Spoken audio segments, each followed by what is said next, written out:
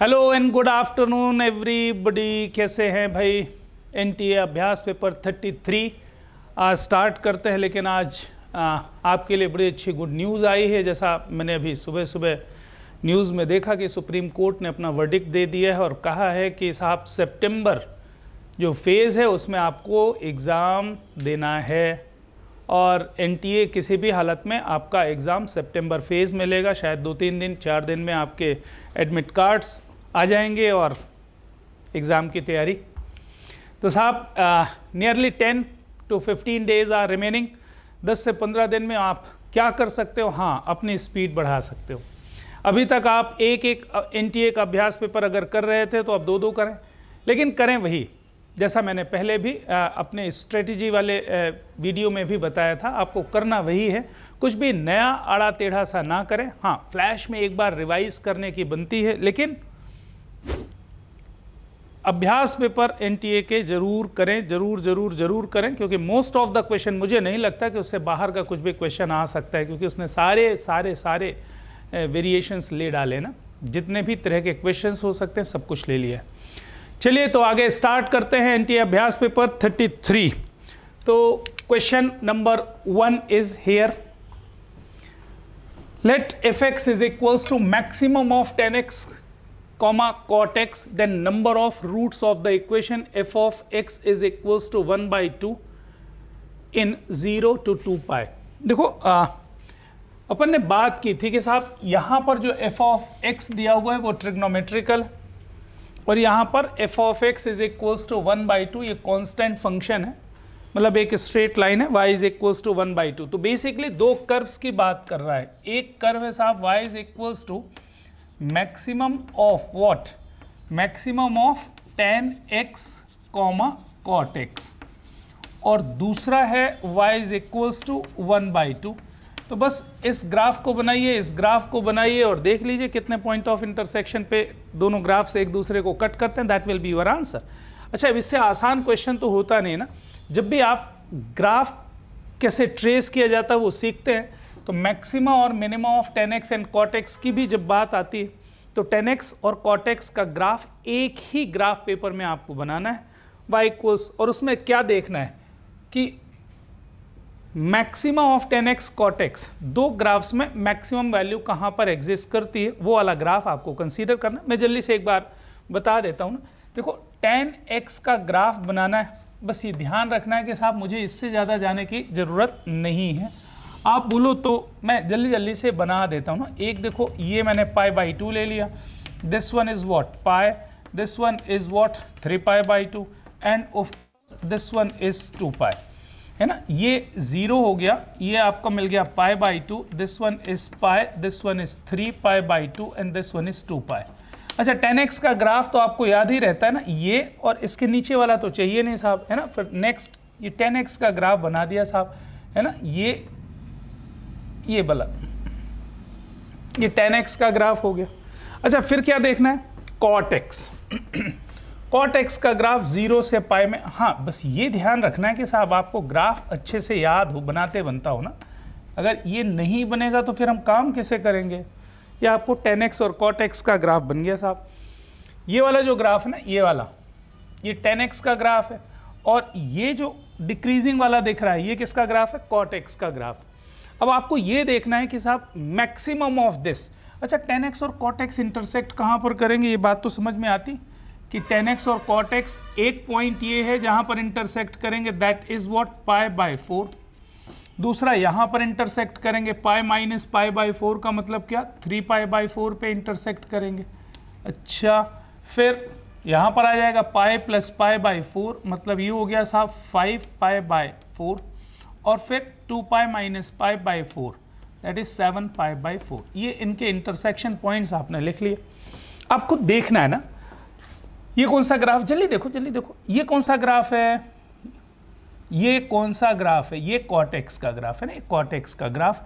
तो आपको वैसे ही समझ में आ रहा है 0 से π/4 पे, 0 से π/4 पे इसमें और इसमें कौन सा मैक्सिमम? ऊपर वाला मैक्सिमम। तो ये बना दिया साहब मैंने, कोई डाउट? π/4 से π/2, π/4 से π/2 के बीच में ये ऊपर की ये ये वाला ना, तो जो ऊपर है वही तो मैक्सिमम होगा साहब। ये मैंने ग्राफ बना दिया।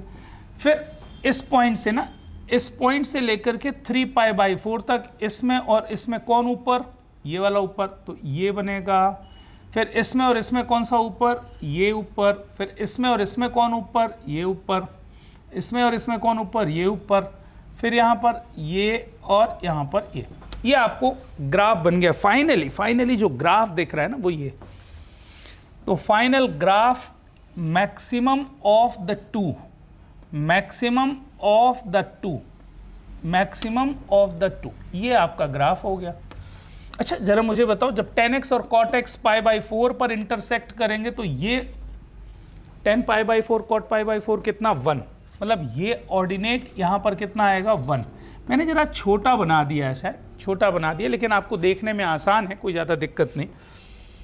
तो ये बन गया पहला वाला graph, y is equals to maximum of tan x and cot x। अच्छा what is the next, y is equals to 1/2 is a horizontal line passing height कितने 1/2। तो साहब ये 1 है तो 1/2 यहाँ कहीं पर होगा। तो जब 1/2 ये मैं ड्रॉ करूँगा, ये मैं ड्रॉ करूँगा, ये है y इज इक्वल्स टू 1/2। ये लाइन क्या बन गई साहब, y is equals to 1/2 line. अच्छा मुझे तो साफ साफ दिख रहा है, आपको भी दिख ही रहा होगा कि y इक्वल्स 1/2, इसको ऊपर वाले को और इसको कहीं पे कट कर रही है ना। That means no intersection. खत्म यार, काहे के लिए लफड़ा करना ना, नो इंटरसेक्शन। हाँ अगर मैं थोड़ा सा बड़ा बनाता तो आपको और अच्छे से दिख जाता, लेकिन ठीक है, मुझे लग रहा है कि कोई ऐसा हाँ टेंशन नहीं है। So what is your answer, maximum of tan x comma cot x, then number of roots of the equation fx is equals to 1/2. So what is the number of roots, 0. that is your final answer। इसमें तो कुछ लफड़ा दिखता ही नहीं ना, लफड़ा दिखता ही नहीं। if set a x is equals to tan x is equals to sec x, x belonging to 0 to 4π, okay, and there is another set b sin square x is equals to 1, x belonging to 0 to 4π। अच्छा तो ये चार option दिए, set ए निकालना है, set B निकालना और फिर चार ऑप्शंस दिए हुए हैं। अच्छा आपको पहला इक्वेशन क्या दिया हुआ है साहब, tan x is equals to sec x, और मुझे निकालना है साहब x belonging to this interval 0 से 4π में, और जो भी x की वैल्यूज आएंगी वो सेट ए होगा। अच्छा tan x is equals to sec x, that means what, sin x upon cos of x is equals to 1 upon cos x। अच्छा तो इसको सॉल्व ओपन करेंगे तो cos x अगर 0 के बराबर ना लें तो आपका इक्वेशन क्या हो जाएगा, sin of x is equals to 1 provided cos x should not be equals to 0। साहब sin x 1 होना चाहिए और cos x 0 नहीं होना चाहिए। ए भाई ऐसा कभी पॉसिबल है क्या, ए भाई sin x अगर 1 है तो cos तो वहां पर 0 होगा ही होगा ना। अरे अगर sin x 1 है तो x π/2, इतना तो कम से कम एक वैल्यू तो कम से कम याद है ना। तो cos x 0 कहाँ पर होता है, x इक्वल्स π/2, और वो ये कह रहा है कि sin x तो 1 होना चाहिए लेकिन cos x 0 नहीं होना चाहिए ना, नॉट पॉसिबल, ये पॉसिबल नहीं है। इसका मतलब a क्या हो गया साहब, एक नल सेट हो गया, a में कुछ भी नहीं। हम तो यहीं से आंसर निकाल लें, a equals b, a intersection b। देखो आंसर तो एक तो यहां से दिख गया कि number of elements in a intersection b is equals to 0। भाई साहब a में 0 एलिमेंट है, b में अगर 5 एलिमेंट है, 10 एलिमेंट है, मुझे कोई फर्क नहीं पड़ता, a क्रॉस b में तो 0 एलिमेंट होंगे, because everyone knows cartesian product तो इतना सीखा है ना, number of elements in a cross b that will always be given by number of elements in a multiplied by number of elements in b। तो d answer तो confirm है। हाँ अगर आप बोलो तो अपन ये जरूर देख सकते हैं कि साहब सेट b में क्या है।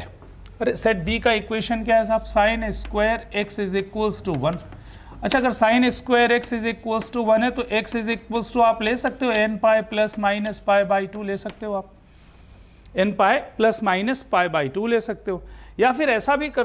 अच्छा यहाँ से नेगेटिव साइड तो जाना नहीं है ना, 0 से 4π में चाहिए, तो n इक्वल 0, तो एक आंसर आपको मिल गया π/2, फिर पाई प्लस π/2, 3π/2, 5π/2, 7π/2 है ना। बस 4 आंसर आएंगे, 0 से 4π में 4 आंसर आएंगे, तो ये सेट बी आ जाएगा आपका। अच्छा, तो सेट बी में 4 एलिमेंट है, सेट ए में 0 एलिमेंट है, तो वैसे भी देख लो बी इज सबसेट ऑफ है, ये तो नहीं है, ये इसका सबसेट नहीं है। अच्छा, B A is equals to B, ये भी नहीं है। ए इंटरसेक्शन बी, भाई इन दोनों का इंटरसेक्शन लोगे तो नल सेट ही आएगा, उसने बी लिखा हुआ है मतलब ये भी नहीं है, तो फोर्थ आंसर तो हो नहीं है। तो वैसे भी समझ में आ रहा है, कोई दिक्कत नहीं। आपने सेट ए निकाल लिया, सेट बी निकालिए, ये तो समझ में आ ही रहा है कि साइन एक्स 1 होना चाहिए provided cos x is not equal. ए भाई अगर कॉज एक्स 0 हो जाएगा तो tan x तो डिफाइंड ही नहीं होगा, sec x भी डिफाइंड नहीं होगा ना। बात समझ में आ रही? हाँ जी। तो set A null set, set B में 4 एलिमेंट्स, तो ए क्रॉस बी में कितने elements? 0 into 4 and that is of course 4 elements.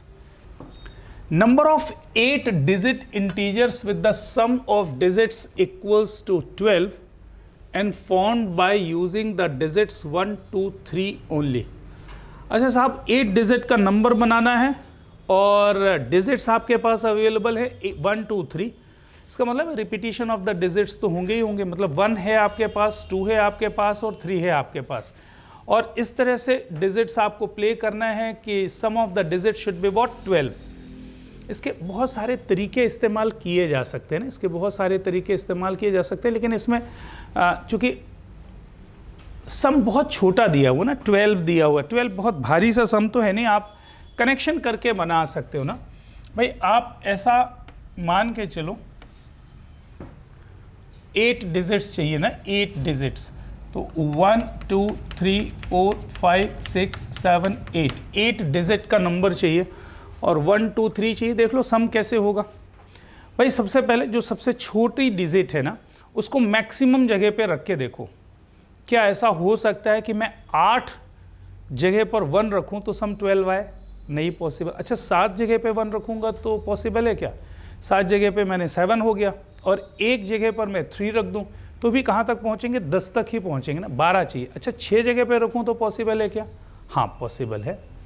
भाई 6 जगह पे 1 रख दो और 2 जगह पे 3 रख दो तो 12 हो जाएगा, है ना। तो हाँ 6, 1, 1, 1, 1, 1, 1, 1, 6 1 और 3, इन डिजिट से अगर मैं नंबर बनाऊं तो sum of the digits is exactly 12, है ना। अच्छा और क्या पॉसिबल है? 6 तक तो 1 मैंने ले लिए साहब, और ये पॉसिबल है 5 करके देखें। 5 अगर आपने 1 ले लिए, 1, 1, 1, 1, 1, ये 5 1 ले लिए। अब मैं क्या ले लूं कि सम आपका, अब 3 और बचे ना, 3 डिजिट्स और लेने हैं, टोटल 8 लेने हैं, तो आप ले लो 2, 2, 3। भाई ये तो 5 हो गया, बाकी कितना सम चाहिए मुझे? 7, तो 2, 2, 3 से काम बनेगा ना, 2, 2, 3 ऑफ कोर्स बनेगा, ऑफ कोर्स इससे बनेगा। ये 5, 2, 7 और 1 8, और ये टोटल 7 हो गया, 7 + 5, 7 + 5 12। हाँ जी, और क्या हो सकता है? देख लेने में कोई दिक्कत नहीं ना। इस बार 4 1 लेकर के देखें तो 1, 1, 1, 1, 4 तो 1 हो गए। अच्छा बाकी क्या? 4 और डिजिट्स लेनी है, तो 4 डिजिट्स आप कैसे प्ले कर सकते हो कि सम आपको 12 मिले?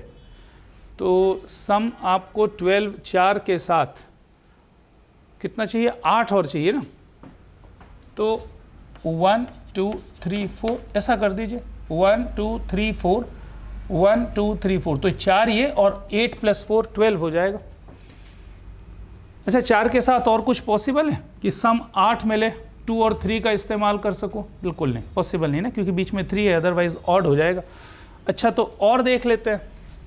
मैंने क्या किया कि 3 1 लिए, 1 1, और बाकी 5 जगह पर ना, बाकी 5 जगह पे 2 और 3 का कॉम्बिनेशन मुझे कुछ इस तरह से लेना है कि सम कितना आ जाए?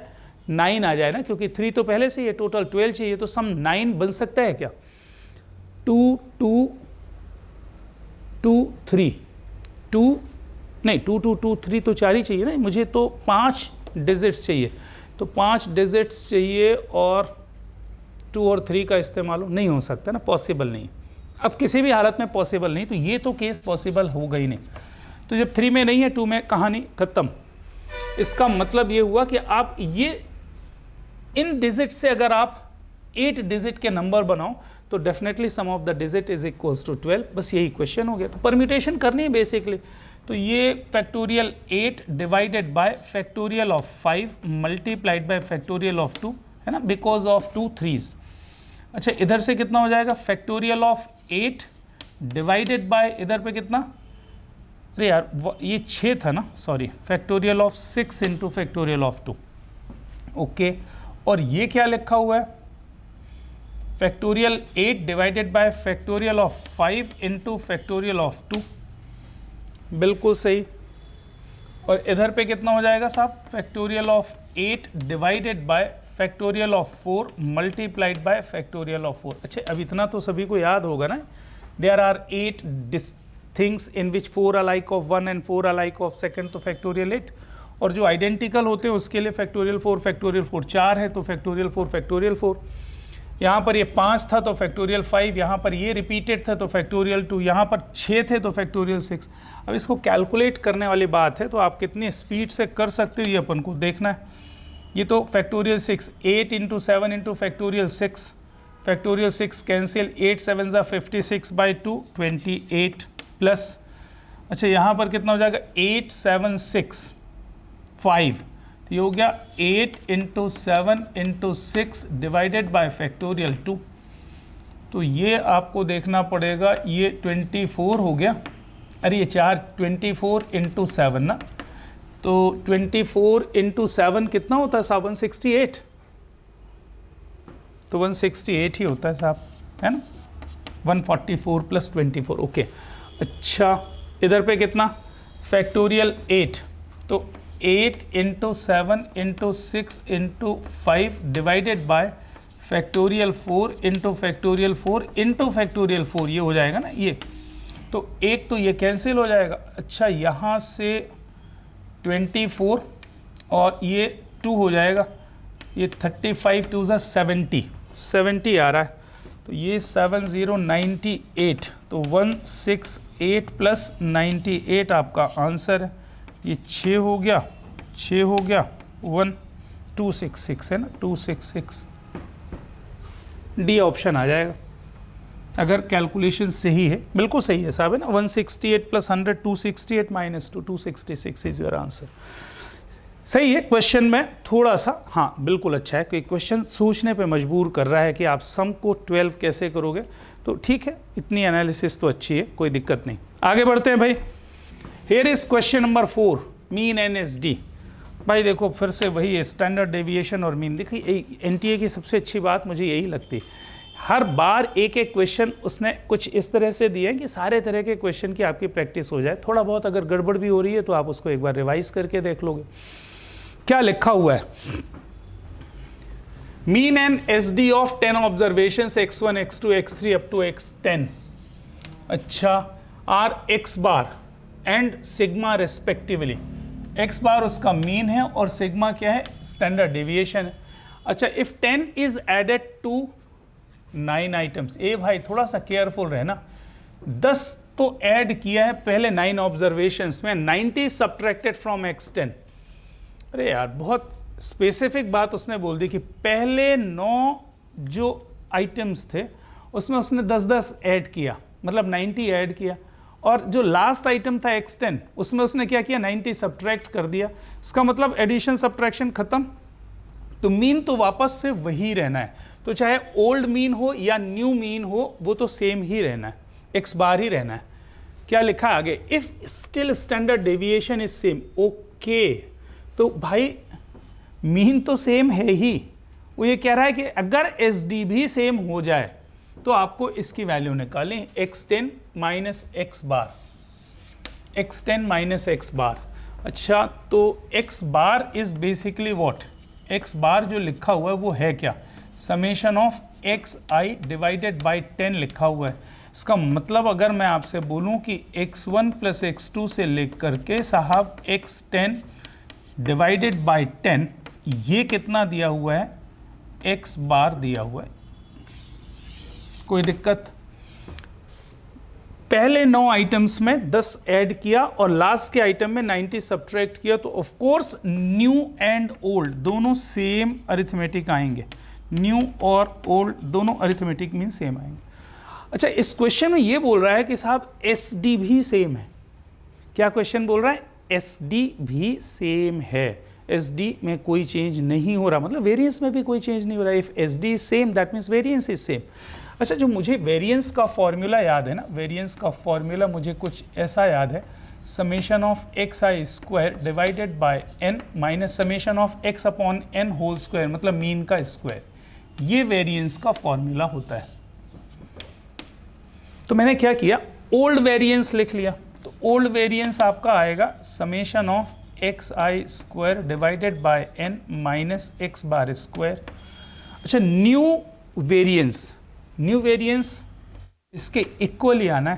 अच्छा, न्यू वेरिएंस में क्या होगा, ये तो समझ में आ रहा है कि सब में 10 10 10 10 ऐड किया, मतलब x1 plus 10 square plus x2 plus 10 square, सही है, अप टू x9 प्लस 10 का स्क्वायर माइनस नहीं प्लस x10 माइनस 90 का स्क्वायर। न्यू वेरिएंस निकाल रहे हैं ना। अच्छा, डिवाइडेड बाय कितना आएगा 10 और माइनस न्यू मीन का स्क्वायर। तो न्यू मीन तो वही है जो पुराना मीन है, यह आपका इक्वेशन है साहब। अच्छा, इसको भी 10 लिख दो, तो ये और ये तो कैंसिल हो गया, सही है। अच्छा, 10 और 10 भी कैंसिल हो गया।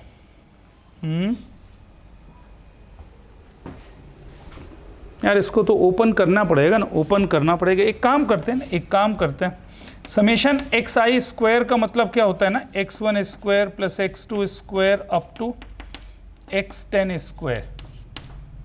हाँ, अरे यही होगा। और राइट साइड अगर आप ओपन करोगे तो ए स्क्वायर सबका ले लो, तो x1 स्क्वायर से लेकर के x10 स्क्वायर, तो इसमें भी आएगा ना, बिल्कुल आएगा साहब।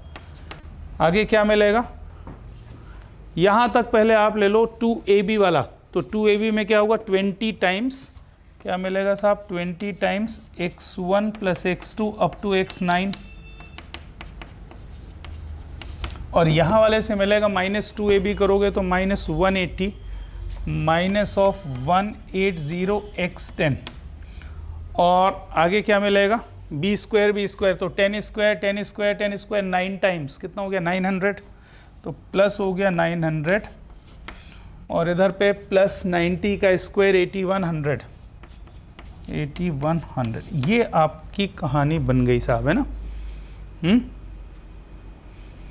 तो ये उड़ा दो इसको, ये यहाँ से यहाँ तो कैंसिल हो गया, और मुझे चाहिए क्या x10 माइनस x बार। हाँ, क्या चाहिए x10 minus x bar. x bar का मतलब क्या होता है, x1 plus x2 plus x3 up to xn divided by 10। कुछ तो सिंप्लीफाई हुआ ना, ये 0 हो गया ना, इधर 0। अच्छा, ये इधर पे 0 है, इधर पे भी 20 से सबको डिवाइड कर दो, तो x1 प्लस x2 से लेकर के कितना हो जाएगा x9। आगे क्या बच रहा है, माइनस 20 से डिवाइड किया इसको तो 9 टाइम्स x10 आएगा, और ये 20 से डिवाइड किया तो प्लस कितना हो जाएगा साहब, 20 से एक 0 गया, 900 divided by 2।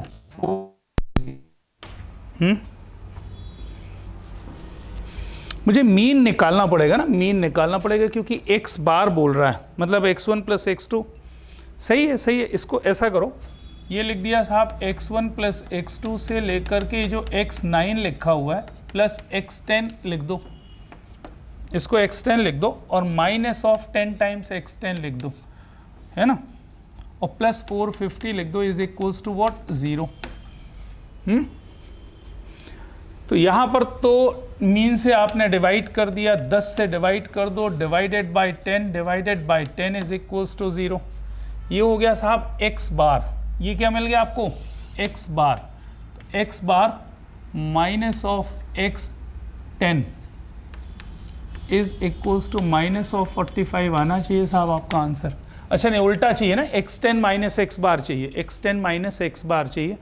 45 is your answer, ये 45 इज द आंसर है। ठीक है, मैंने थोड़ा समेशन के फॉर्म में इसको लिख देता तो और आसान हो जाता, मैंने पूरा ही लिख दिया थोड़ा सा, तो कोई इशू नहीं, सही है, बढ़िया। क्वेश्चन में ज़्यादा दम तो नहीं है, लेकिन कैलकुलेशन मिस्टेक के चांसेस इसमें बहुत बहुत बहुत ज़्यादा हैं। अगर आप थोड़ा सा केयरफुल ना रहे तो गड़बड़ हो जाएगी। आगे बढ़ते हैं भाई। So here is question number 5।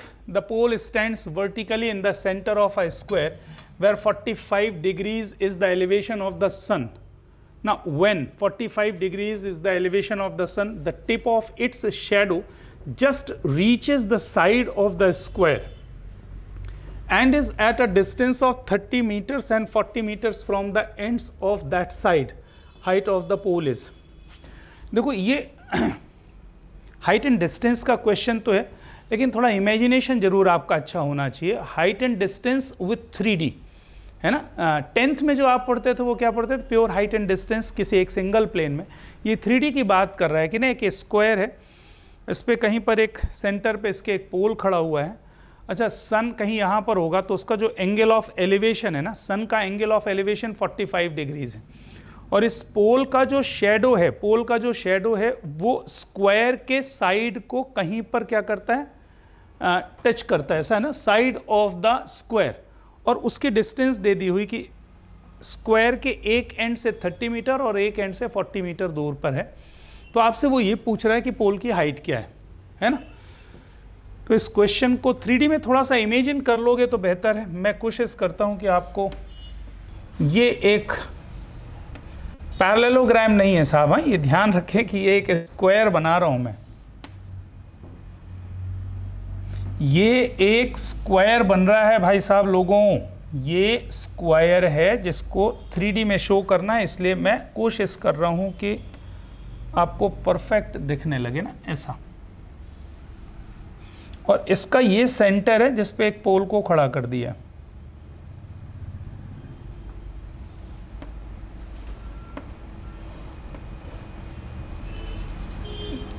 ये है O, ये है P, OP इज पोल, सही है। इधर इमेजिनेशन आपके लिए बहुत अच्छा होना चाहिए कि ये एक स्क्वायर है और इसके ऊपर ये एक पोल खड़ा हुआ है। ये बिल्कुल वही चीज़ दिखा रहे हैं कि एक स्क्वायर है और इसके ऊपर एक क्या है, पोल बना हुआ है। अच्छा, अब हुआ क्या ना, अब हुआ क्या इसमें,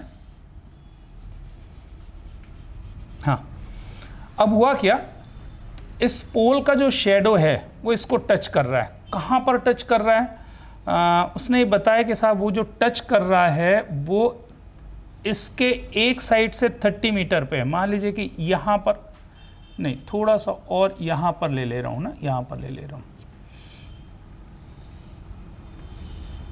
ये 30 मीटर, यहाँ से ये 30 मीटर है, और यहाँ से कितना है साहब, ये 40 मीटर्स यहाँ पर टच कर रहा है। किसी को कोई डाउट? अच्छा, ये बात आपको समझ में आ रही है कि ये एंगल 90 डिग्री मैंने बनाया, हाँ जी 90 डिग्री है ना यार, 90 डिग्री। देखो ये आपका स्क्वायर है, यहाँ पर ये पोल है, और ये सीधे सीधे ये मैंने मिलाया, और यहाँ पर ये पोल का शेडो है, पोल का ये शेडो, तो ये एंगल तो 90 डिग्री आएगा, और ये जहाँ पर भी मैंने मिलाया वो भी 90 डिग्री बनेगा। मतलब ये भी, ये जो एंगल है ना, ये एंगल 90 डिग्रीज है। ये बात आपको समझ में आनी चाहिए, बस। तो ये एंगल अगर 90 डिग्री है, ये वाला नहीं, एंगल ऑफ एलिवेशन ना, ये वाला एंगल ऑफ एलिवेशन जो है वो कितना दिया, वो 45 डिग्रीज। अच्छा, मान लेते हैं अपन कि जो इसकी हाइट है जो रिक्वायर्ड है, let the height be what, h। इसकी हाइट कितनी है, h है। मैंने यहाँ पे गलत बोल दिया है 90 डिग्री ना, ये तो 45 डिग्रीज का एंगल ऑफ एलिवेशन दिया हुआ ना बेस से। ओके, अब कहानी ये है साहब, अगर ये h है, ये 45 है, तो बट ऑब्वियस ये भी क्या हो जाएगा, h हो जाएगा। अच्छा, ये centre, what is the side of the square now, 30 plus 45। Okay, तो अगर इस सेंटर से मैं इसके मिड पॉइंट को ज्वाइन करूं तो can we say that this angle is nothing but what, 90 degrees. अरे भाई सेंटर से स्क्वायर के साइड के मिड पॉइंट को ज्वाइन करूंगा, एंगल कितना होगा 90 डिग्रीज। और ये कितना है h, ये कितना आएगा साहब, ये 40 है, ये 30 है, ये बचा कितना, ये 5 मीटर्स। अच्छा what is the side of this square 70। अच्छा अगर इसकी साइड 70 है तो आधी डिस्टेंस कितनी होगी 35। इसका मतलब ये कितना हो गया साहब 35 दे दिया। अच्छा सब कुछ दिया बड़े स्टाइल से है साहब, है ना, सब कुछ दिया बड़े अच्छा है। ये 35 है साहब, ये आपका 5 मीटर्स है और राइट एंगल ट्रायंगल बन रहा है, h निकालना है। तो h is equals to what, h is equals to under root of 35 square plus 5 square. खत्म, ये आपका आंसर हो जाएगा। अरे ये 5 इंटू 7 का स्क्वायर है ना, तो 5 अगर आप चाहो तो बाहर ले सकते हो ना, 5 आप बाहर ले सकते हो। तो ये हो जाएगा साहब 5 मैंने बाहर लिया, तो अंदर क्या मिलेगा साहब, यहाँ से मिलेगा 49, 7 square plus 1 that is 5 root 50। और इसको भी आप छोटा कर लो तो 25 रूट 2 आ जाएगा, 25 रूट 2। ऐसा answer, C is the answer है ना, सी इज़ द आंसर हो जाएगा। If alpha and beta are the roots of this equation, t is positive such that 1 is smaller than alpha is smaller than 2 is smaller than beta is smaller than 3, then number of integral values of t। अरे यार ये तो बिल्कुल अब आसान लगने लगा, मुझे ऐसा लगता है भाई ये जो रूट्स हैं अल्फा और बीटा, इसके बीच में 2 है और 1 और 3 क्या है, रूट्स के बाहर है। अच्छा ये इक्वेशन दिया हुआ है तो इसमें लीडिंग कोएफिशिएंट क्या है, पॉजिटिव है, इसका मतलब कैसा पैराबोला बनेगा, अपवर्ड डायरेक्टेड पैराबोला है। अच्छा अपवर्ड डायरेक्टेड पैराबोला में आप कंडीशन ये है कि साहब ये एक रूट है अल्फा और एक रूट ये है बीटा, 2 कहीं पर भी होगा बीच में साहब, 2 कहीं पर भी हो बीच में, मेरे को क्या फर्क पड़ता है ना, ये 2 है, 2 पे वैल्यू क्या नेगेटिव आएगी, बिल्कुल सही। 3 कहाँ पर होगा, यहाँ कहीं पर होगा, और 1 कहाँ पर होगा, यहाँ कहीं पर होगा। तो f of 2 is what, negative, इतनी बात। अच्छा f ऑफ 1 कैसा, पॉजिटिव, बिल्कुल सही। और f ऑफ 3 कैसा, positive. f of 1 positive, f of 3 positive, f of 2 negative. बस मेरे ख्याल से इतने से काम हो जाएगा। और मुझे तो लग रहा है कि ये अगर मिड पॉइंट है ना, अगर ये मिड पॉइंट है तब तो काम बहुत ही आसान है, मिड पॉइंट तो ही है भाई। यहाँ से चलो निकाल ही लेते हैं ना, f2 less than 0, f2 less than 0 मतलब ये हो गया 4 4 16 है ना, f2 करोगे तो क्या मिलेगा, ये हो गया 16 minus of 32 plus t is smaller than 0। सही लिखा है क्या, 16 माइनस 32, तो t जो है ना, t should be smaller than 16 आना चाहिए ना, t 16 से छोटा आना चाहिए। अच्छा f1 ग्रेटर देन 0 करके देखो जरा, f1 ग्रेटर देन 0 किया तो 4 minus 16 plus t is greater then 0, तो t की वैल्यू क्या होगी साहब, ग्रेटर देन 12 आएगी। तो 12 और 16 के बीच कहानी, 12 और 16 के बीच में ना इंटीग्रल वैल्यूज पूछ रहा है साहब, तो एक तो हो गया 13, एक हो गया 14 और एक हो गया 15, 3 इंटीग्रल वैल्यूज आएंगे, है ना, इसकी ज़रूरत ही नहीं पड़ रही, काम हो गया साहब। चलिए moving to next, if the area bounded by y is equals to x, y is equals to sine x, x equals pi by 2 is pi square by k minus 1 square unit, then value of k। देखो ये तो ऐसी आंख बंद करके आप कर सकते हो ना, इसमें ज़्यादा कुछ करने के लिए है नहीं ना। 0 से पाई बाई 2 की बात कर रहा है, मान लीजिए कि ये साइन x बना दिया आपने और ये y is equals to x line, अरे हो गए y is equals to x, इसके ऊपर होती है। अच्छा यहाँ कहीं पर सुनते हैं पाई बाई 2 होता है, तो मुझे ये छोटू वाला एरिया चाहिए ना, ये वाला एरिया आपको निकालना है। अच्छा ये तो वैसे भी समझ में आता है कि ये लाइन कौन सी है, y is equals to x, अगर x पाई बाई 2 है तो y भी कितना हो जाएगा, पाई बाई 2, मतलब इसकी हाइट कितनी हो गई, पाई बाई 2। तो area of this triangle minus area of this sine x। अच्छा साइन x का एरिया 0 से पाई बाई 2 में कितना होता है, 1, और इस ट्रेंगल का एरिया अगर आपको निकालना है तो 1/2, बेस कितना है साहब π/2 इंटू हाइट कितनी है π/2, तो π²/8 एरिया ऑफ द ट्रेंगल, उसमें से साइन एक्स के नीचे वाला एरिया ना हाफ, ये वाला एरिया हटा दीजिए आप, तो ये आपका रिक्वायर्ड एरिया आ जाएगा, बिल्कुल उसी फॉर्म में दिया π² (k-1). So can we get the value of k is equals to what 8, ये आपका आंसर हो जाएगा। अच्छा, ऐसे क्वेश्चन बोनस होते हैं ना, आपके लिए बोनस होते हैं, क्योंकि यही तो टाइम बचाने वाले हैं। वो स्टैटिस्टिक्स का जो क्वेश्चन है उसके लिए टाइम किसे मिलेगा, यहीं से मिलेगा ना, यहीं से मिलेगा। 8 क्या लिखा है, अ bag contains 10 white and 3 black balls. Balls are drawn one by one without replacement till all the black balls are drawn. ये अच्छी बात है कि कब तक आपको बॉल्स निकालते जाना है, जब तक कि सारी ब्लैक बॉल ना निकल जाए। You have to find the probability that the procedure of drawing balls will come to an end at the 7th draw. साहब क्वेश्चन तो बहुत ही अच्छा है ना, समझ में आ गया। ऐसे क्वेश्चंस कुछ ऐसा है ना, पहले तो कंप्लीट फ्रेमवर्क कर लो क्वेश्चन का। 10 वाइट बॉल्स हैं और 3 ब्लैक बॉल्स हैं, 1 बाय 1 एक एक करके बॉल निकालते जा रहे हैं। कब तक निकालेंगे ऐसा, जब तक कि सारी ब्लैक बॉल्स ना निकल जाएं। सारी ब्लैक बॉल्स ना निकल जाएं इसका क्या मतलब है, 3 ब्लैक बॉल्स तो है ही, मतलब सारी की सारी 3 ब्लैक बॉल्स निकल जानी है। आपको इस बात की प्रोबेबिलिटी निकालनी, किस बात की प्रोबेबिलिटी निकालनी है कि जो थर्ड बॉल है वो 7th ड्रॉ में निकले, थर्ड ब्लैक बॉल, यही है ना क्वेश्चन। हाँ, probability that the procedure of drawing balls will come to an end at the 7th draw. भाई एंड कब होगा, जब 7th ड्रॉ में ब्लैक बॉल निकले। भाई बाकी पहले 6 ड्रॉ में क्या होना चाहिए, ये कहानी आपके लिए इंपॉर्टेंट। पहले 6 ड्रॉ में होगा कि साहब 4 वाइट निकले और 2 ब्लैक बॉल निकले, और जो 7th ड्रॉ है उसमें ब्लैक बॉल निकले। That will be the required probability.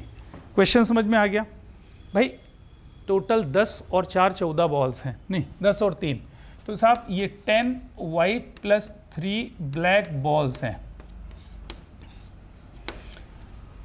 आपको 7th ड्रॉ में ब्लैक बॉल निकालनी है। क्यों, क्योंकि 7th ड्रॉ में आपका गेम खत्म होना चाहिए। वो ये कह रहा है कि जो सारी की सारी ब्लैक बॉल निकालने का मतलब थर्ड ब्लैक बॉल, आखिरी जो ब्लैक बॉल है वो 7th ड्रॉ में निकले, तब तो 7th ड्रॉ में गेम ओवर हो जाएगा।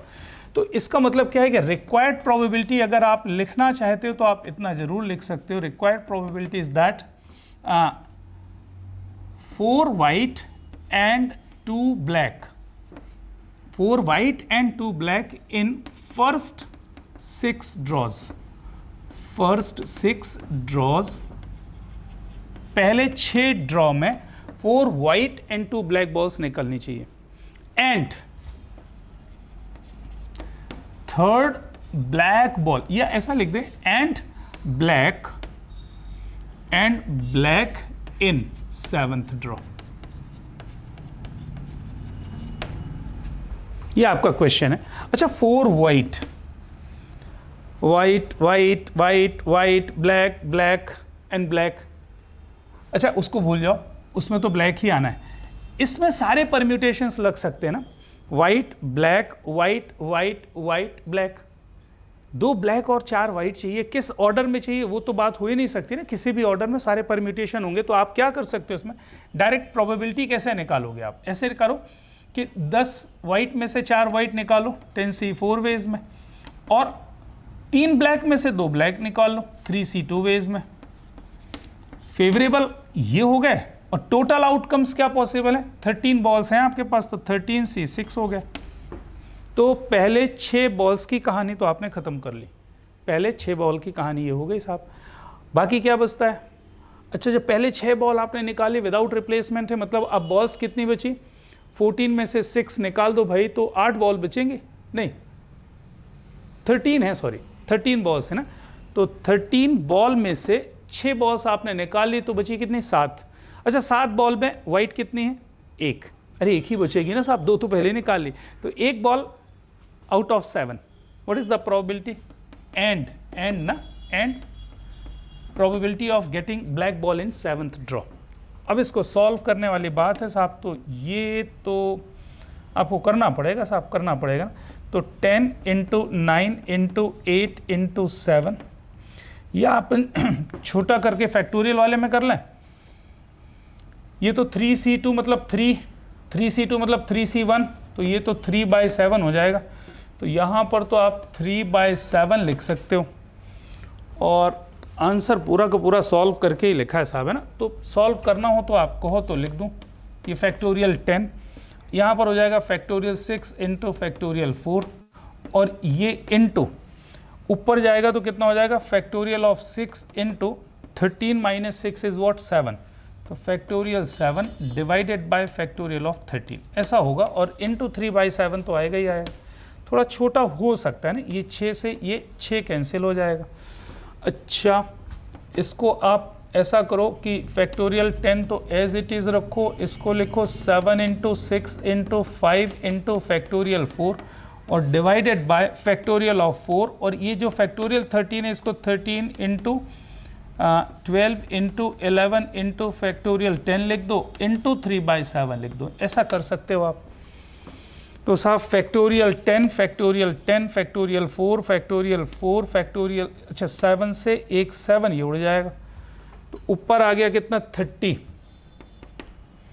अच्छा ये 3 है ना, तो 3 से तो इसको कर दो 4, 3 से इसको कर दिया 4, बचा क्या यार, ये 30 हो गया। 30 डिवाइडेड बाय 52, 15/26, ये 52 मैंने लिख दिया और इंटू ये नहीं लिखा था, तो हम सॉरी, ये यहीं पर आ गया साहब, है ना। ये 52 इंटू 11 तो ये 26 आ जाएगा, यहाँ पर ऊपर 15 आ जाएगा, तो ये तो 15 और इंटू 11 है ना, अपॉन 26 इंटू 11, ये मेरे से मिस हो गया। सही है, बढ़िया। तो ये आपका आंसर हो जाएगा, कोई ज़्यादा भारी सा नहीं है, कोई भारी सा नहीं है, आप कर सकते हो। चलिए फिर आगे बढ़ते हैं। क्या क्वेश्चन है भाई, consider the function f of x is equals to x cube minus x modulus of x square minus 6x plus 5 f of x is. देखो इस क्वेश्चन को देख करके दो चीज़ें तो बिल्कुल क्लियर है। क्या क्वेश्चन है, ये एक फंक्शन दिया, पूछ रहा डिसकंटिन्यूअस है, इस पॉइंट पर डिसकंटिन्यूअस है, डिफरेंशिएबल है, non differentiable eight x equals 5, non differentiable eight x equals 1। अच्छा ये तो बिल्कुल क्लियर है, आपको भी इतनी बात तो याद होगी ना। ये पॉलिनोमियल फंक्शन है ना, पॉलिनोमियल फंक्शन है, तो पॉलिनोमियल फंक्शन तो हर जगह कंटिन्यूअस होता है। अच्छा ये क्या दिया है, modulus function. Modulus function is also continuous everywhere. भाई मॉडुलस फंक्शन में डिसकंटिन्यूटी वाली कोई बात ही नहीं, तो modulus function is always continuous, polynomial function is always continuous, तो continuous into continuous always continuous, तो ये तो कंटिन्यूअस होना ही है। मतलब इस क्वेश्चन में ये ए आंसर और बी आंसर तो नहीं होगा साहब, है ना, ये कंफर्म हो गया कि दो आंसर्स नहीं। अच्छा इसका क्या मतलब निकल रहा है कि मैं तीसरे आंसर पे चलता हूँ। तो अगर तुक्का लगाना हो ना, बाय द वे अगर आपको तुक्का लगाना हो तो आप किस पे लगाओगे, या तो सी पे या तो डी पे। अच्छा इसमें भी बड़ा शानदार लॉजिक है, आप जरा देखो ये देखो f of x is equals to दिया हुआ है ये x into x minus 1 multiplied by x plus 1। अच्छा ये मॉड के अंदर क्या लिखा हुआ है, x minus 1 multiplied by x minus 5।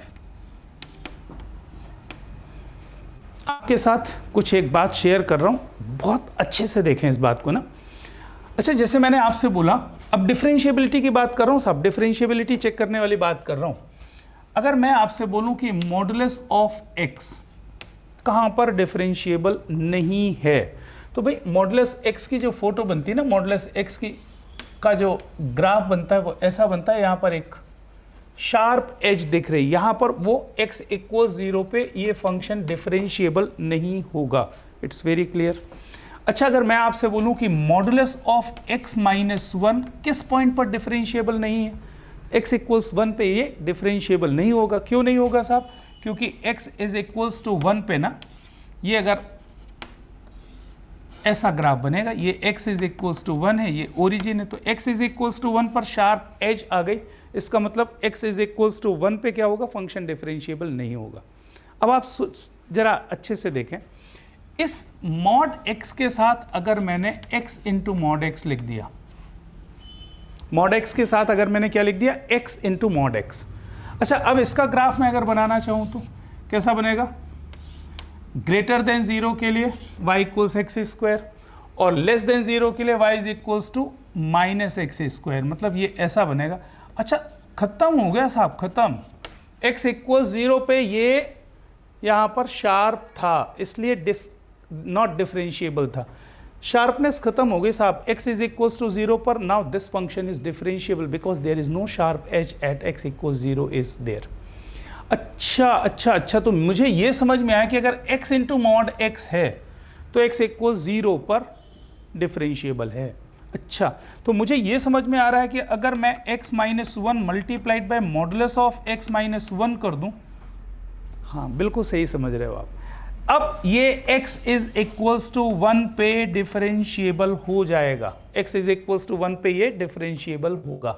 मेरी बात समझ में आ रही है? ओके, तो जरा यहां पर देखो, x minus 1 into modulus of x minus 1 आएगा। इसका मतलब क्या होगा कि x इक्वल्स 1 पे ये जो लिखा हुआ ना नॉन डिफरेंशिएबल, ये बिल्कुल भी गलत होगा ना, ये बिल्कुल भी गलत होगा, क्योंकि x इज इक्वल्स टू 1 पे तो अब ये क्या है? डिफरेंशिएबल है। और इसने लिखा है कि x is equals to c पर वो नॉन डिफरेंशिएबल है। ये सही है? पक्का गलत है ना, पक्का गलत। तो ये भी गलत हो गया। अच्छा, अब बात आ रही है कि non differentiable at x is equals to 5। हाँ जी, ये बिल्कुल सही होगा। पूछो क्यों? अरे भाई, क्योंकि अब मॉडुलस ऑफ x माइनस 5 इकलौता बच रहा है ना, इसके साथ इसका कोई काउंटर पार्ट x माइनस 5 नहीं है। अगर x minus 5 into modulus of x minus 5 होता तो x इज इक्वल्स टू 5 पर ये डिफरेंशिएबल हो जाता, लेकिन मॉड ऑफ x माइनस 1 के साथ x माइनस 1 है, इसलिए x इज इक्वल्स टू 1 पे ये डिफरेंशिएबल होगा। और इसने बोला नॉन डिफरेंशिएबल, मतलब ये गलत। Non differentiable at x equals 5, 100% this one is your answer, क्योंकि मॉडुलस ऑफ x माइनस 5 के लिए यहाँ पर कोई भी काउंटर पार्ट अवेलेबल नहीं है। अगर कहीं पर x माइनस 5 यहाँ पर भी होता, इसका मतलब x इज इक्वल्स टू 5 पर भी वो फंक्शन कैसा हो जाता? डिफरेंशिएबल हो जाता। मेरी बात समझ में आ रही? तो ये दो तो पहले ही क्लियर है। इसमें और इस पे अपन को जज करना है। तो इसमें और इस पे जज करने के लिए मैंने देखा x माइनस 1 मॉड है और यहाँ पर x माइनस 1 उसका काउंटर पार्ट अवेलेबल है, तो x minus 1 into modulus of x minus 1 x equals 1 पर कैसा हो जाएगा? डिफरेंशिएबल। ये आंसर गलत। x माइनस 5 मॉड, खाली मॉडुलस ऑफ x माइनस 5 है, इसका counter part x minus 5 available नहीं है, इसलिए मॉडुलस ऑफ x माइनस 5 वाला जो पार्ट है वो x इज इक्वल्स टू 5 पर डिफरेंशिएबल नहीं होगा। तो non differentiable at x equals 5 is your correct answer. NTA के अभ्यास पेपर में मैंने इस क्वेश्चन को देखा, उसने पूरा का पूरा उसको ओपन लिया है। When x is greater then 1, when x lies between 1 and 5, greater than 5, smaller than 5, अलग अलग फंक्शन को उसने क्या किया? डिफाइन किया, फिर उसको डिफरेंशिएट किया और डिफरेंशिएट करने के बाद निकाला। बिल्कुल उसकी ज़रूरत नहीं, आप इसको ऐसे ही देख करके बता सकते हो साहब कि किस पॉइंट पर ये डिफरेंशिएबल और किस पॉइंट पर नहीं। आगे बढ़ूँ? चलिए आगे बढ़ते हैं भाई। Solution of differential equation dy over dx plus xy ln y is equals to x cube y is equals to, हाँ थोड़ा सा बड़ा हो सकता है, बर्नौलीज का क्वेश्चन है ना। कौन सा वाला पैटर्न मिल रहा है? dy over dx plus py is equals to q y to the power n, है ना। तो सबसे पहले y से अपन डिवाइड कर लें, ये जो इधर वाला y है ना, उसको स्टैंडर्ड में कन्वर्ट करने के लिए जब y से डिवाइड किया तो क्या मिला?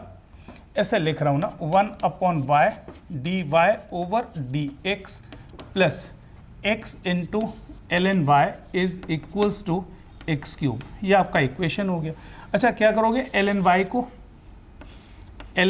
को आप z ले लो, तो 1/y dy over dx is equals to what? dz over dx, ऐसा आ जाएगा। ये लीनियर में कन्वर्ट हो गया साहब, है ना। ये क्या मिला? dz over dx plus x into z is equals to x cube. ये इक्वेशन किस में लीनियर हो गया साहब? लीनियर इन z, है ना। dz over dx plus z into x is equals to x cube. अच्छा, इसका इंटीग्रेटिंग फैक्टर क्या आएगा? e to the power integral x dx, that is nothing but e to the power x square by 2। ये इसका integrating factor आएगा। Solution क्या होगा? z into integrating factor e to the power x square by 2 is equals to integral q is what? X cube into e to the power x square by 2 d x plus c. ये आपका final solution होगा। अब आप कितनी speed से इसको integrate कर पाते हो ये आपका क्वेश्चन है। एक्स स्क्वायर बाई 2 को टी ले लो, x square by 2 is equals to t. अच्छा ये 2x, तो x dx is equals to कितना आ जाएगा, dt आ जाएगा। अच्छा तो dx की जगह पर क्या आ रहा है, dt बाय x, एक x यहाँ से कट जाएगा। फाइनली कितना आ जाएगा साहब, e to the power z into e to the power x square by 2 is equals to integral x cube into ये हो गया t into d t divided by x. अरे dt बाय x ना, अच्छा एक x कट गया तो x square बचेगा यहाँ पर। x स्क्वायर कितना है, 2t है, तो ये फाइनली कितना हो जाएगा, ये e to the power t आएगा ना, e to the power t। कोई दिक्कत?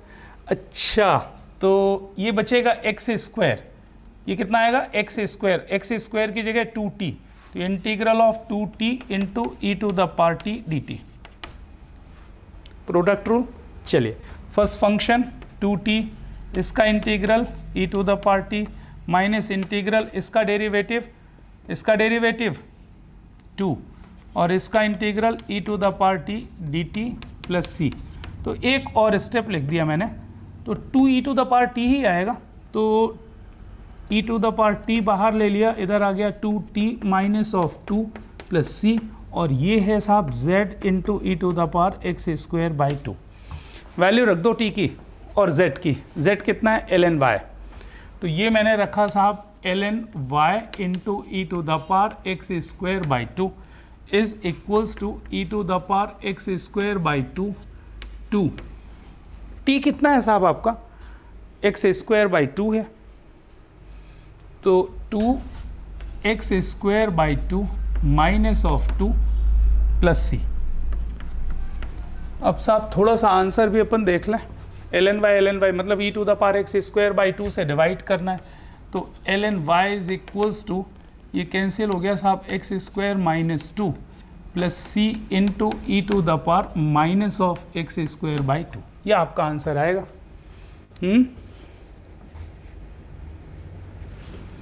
यह आंसर दिख गया ना, यह answer b is the correct answer. अच्छा ये भी तो यही दिख रहा है,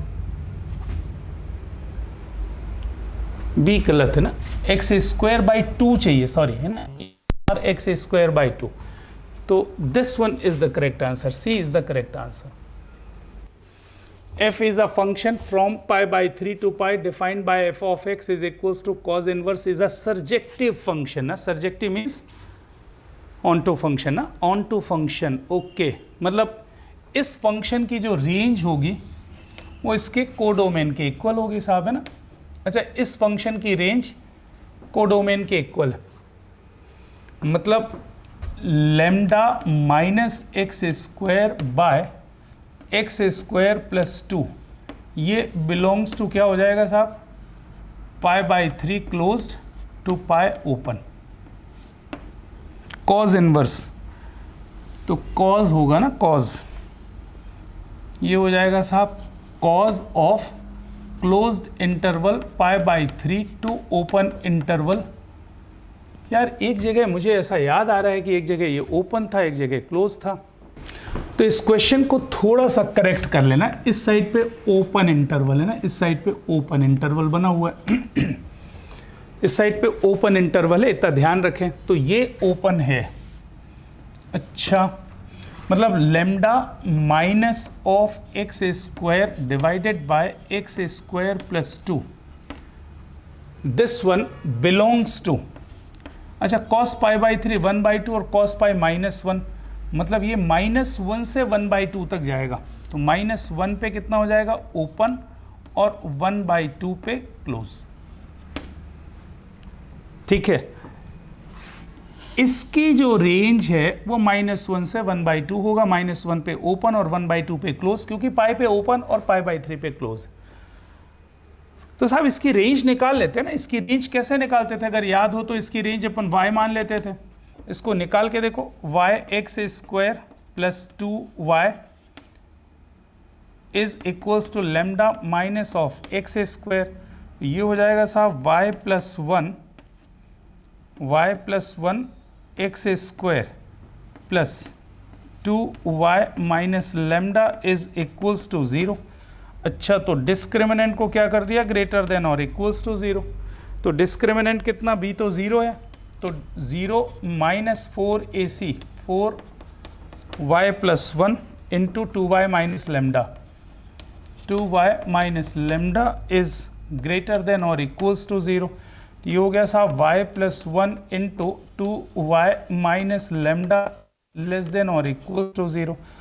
अच्छा, तो इसकी रेंज कितनी आ रही है साहब, -1 और लेमडा बाई 2, तो y belongs to -1 lambda by 2। सही है। अच्छा, -1 पे आप ओपन कर दो। क्यों ओपन कर रहे हैं अपन, वो इसलिए ओपन कर रहे हैं साहब कि ये जब आप कंडीशन लगाते हो ना, डिस्क्रिमिनेंट इज ग्रेटर देन और इक्वल्स टू 0, वो ये मान के चलता है कि y should not be equals to -1, -1 नहीं होना चाहिए ना। तो इसकी जो रेंज होगी इस फंक्शन की, वो रेंज होगी साहब ओपन इंटरवल -1 से लेमडा बाई 2, और रेंज आपको यहाँ पर क्या दी है, -1 से 1/2 क्लोज्ड इंटरवल। इसका मतलब ये हुआ कि साहब lambda by 2 is equals to 1/2 है, तो लेमडा की वैल्यू कितनी आ जाएगी, 1 आ जाएगी। लेमडा की वैल्यू 1 आ जाएगी। This one is your final answer. अच्छा, करना क्या है समझ में आ रहा है, इसकी रेंज ये दी हुई है, तो इसकी रेंज कितनी होगी, cos ऑफ π/3 टू π, वही मैंने लिख दिया साहब। अच्छा, ये 1/2 है क्लोज, और ये क्या है -1 ओपन, तो -1 से 1/2 लिख दिया।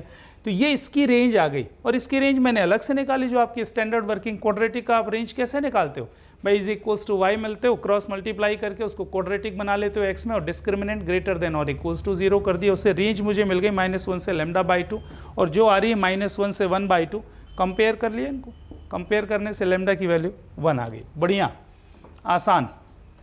12, the first 3 terms of an arithmetic progression. Okay, ठीक से पढ़ो भाई, AGP दिया हुआ है ना, arithmetico geometric progression are 3 -1 -1, the next term of the progression is.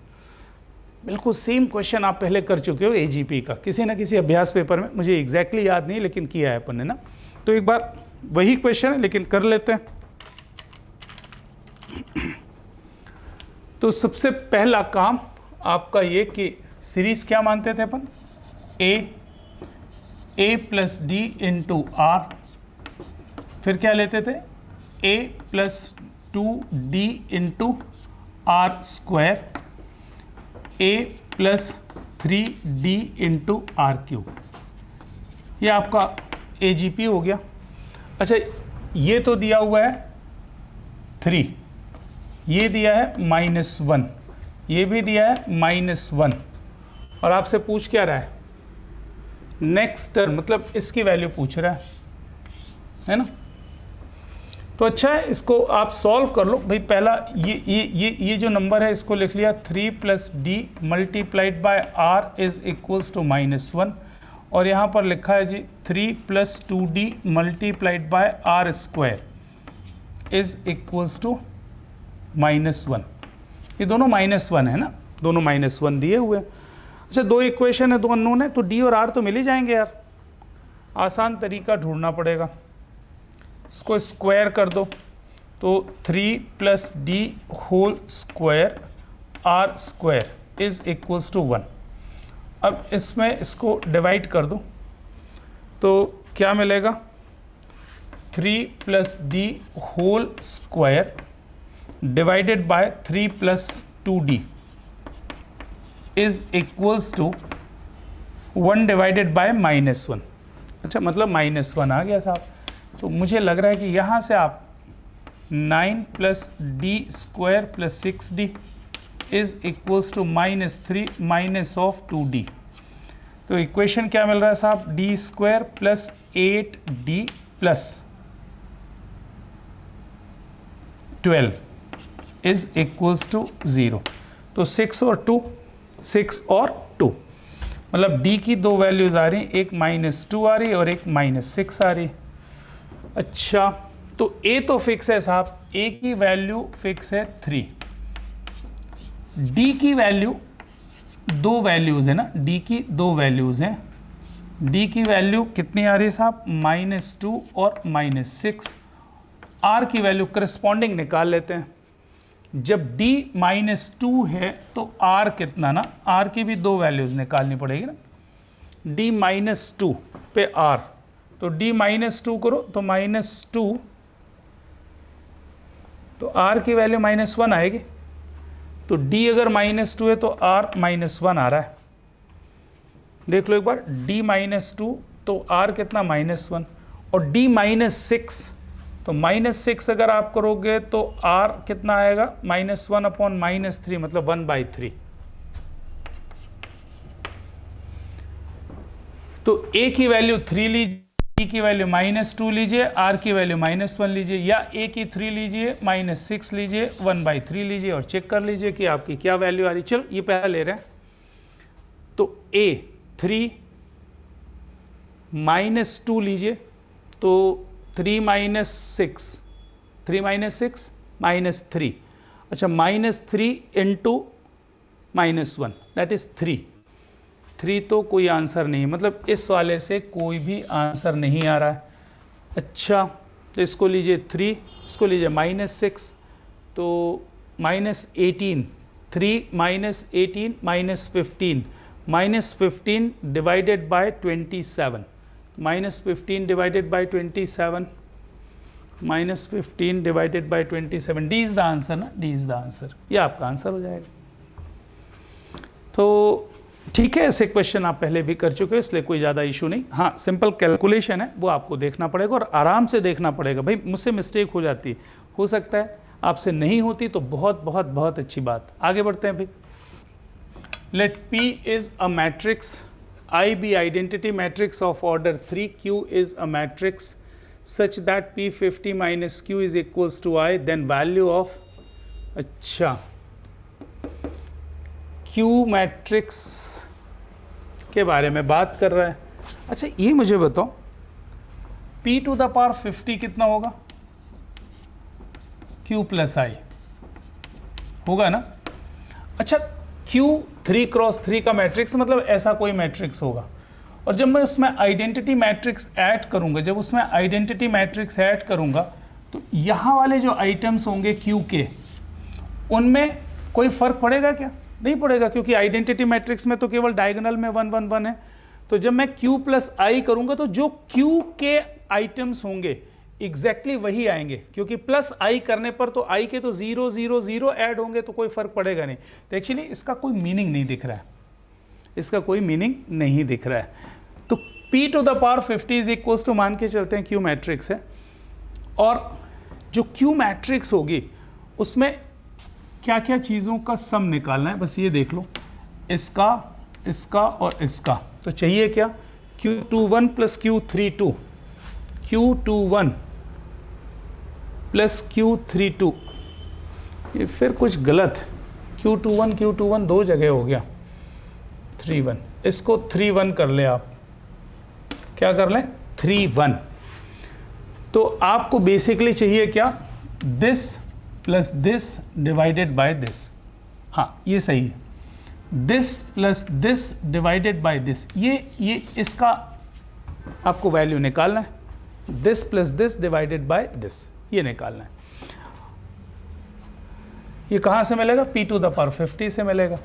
अच्छा देखो, ऐसे क्वेश्चंस के लिए हम लोगों ने ये बहुत बार बात की है आपसे कि जब भी P to the power 50, P to the power 100, P to the power 200, P to the power 2000 इस तरह की कुछ बात आपसे पूछी जाए तो it is always better to find P square and P cube.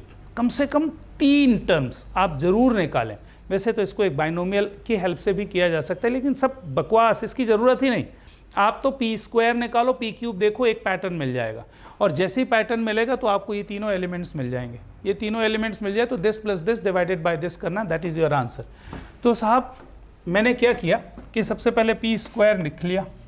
P square लिखोगे क्या मिलेगा, ये 1 0 0 4 1 0 16 4 1 मल्टीप्लाइड बाय 1 0 0 4 1 0 16 4 1। अच्छा, जब मैंने इसको मल्टीप्लाई किया तो क्या मिलेगा जरा देख लेते हैं। तो 1 + 0 + 16, ये तो 1 ही है। 4 + 4 + 0 दैट इज 8। 16 + 16 + 16, सही लिख रहा हूँ।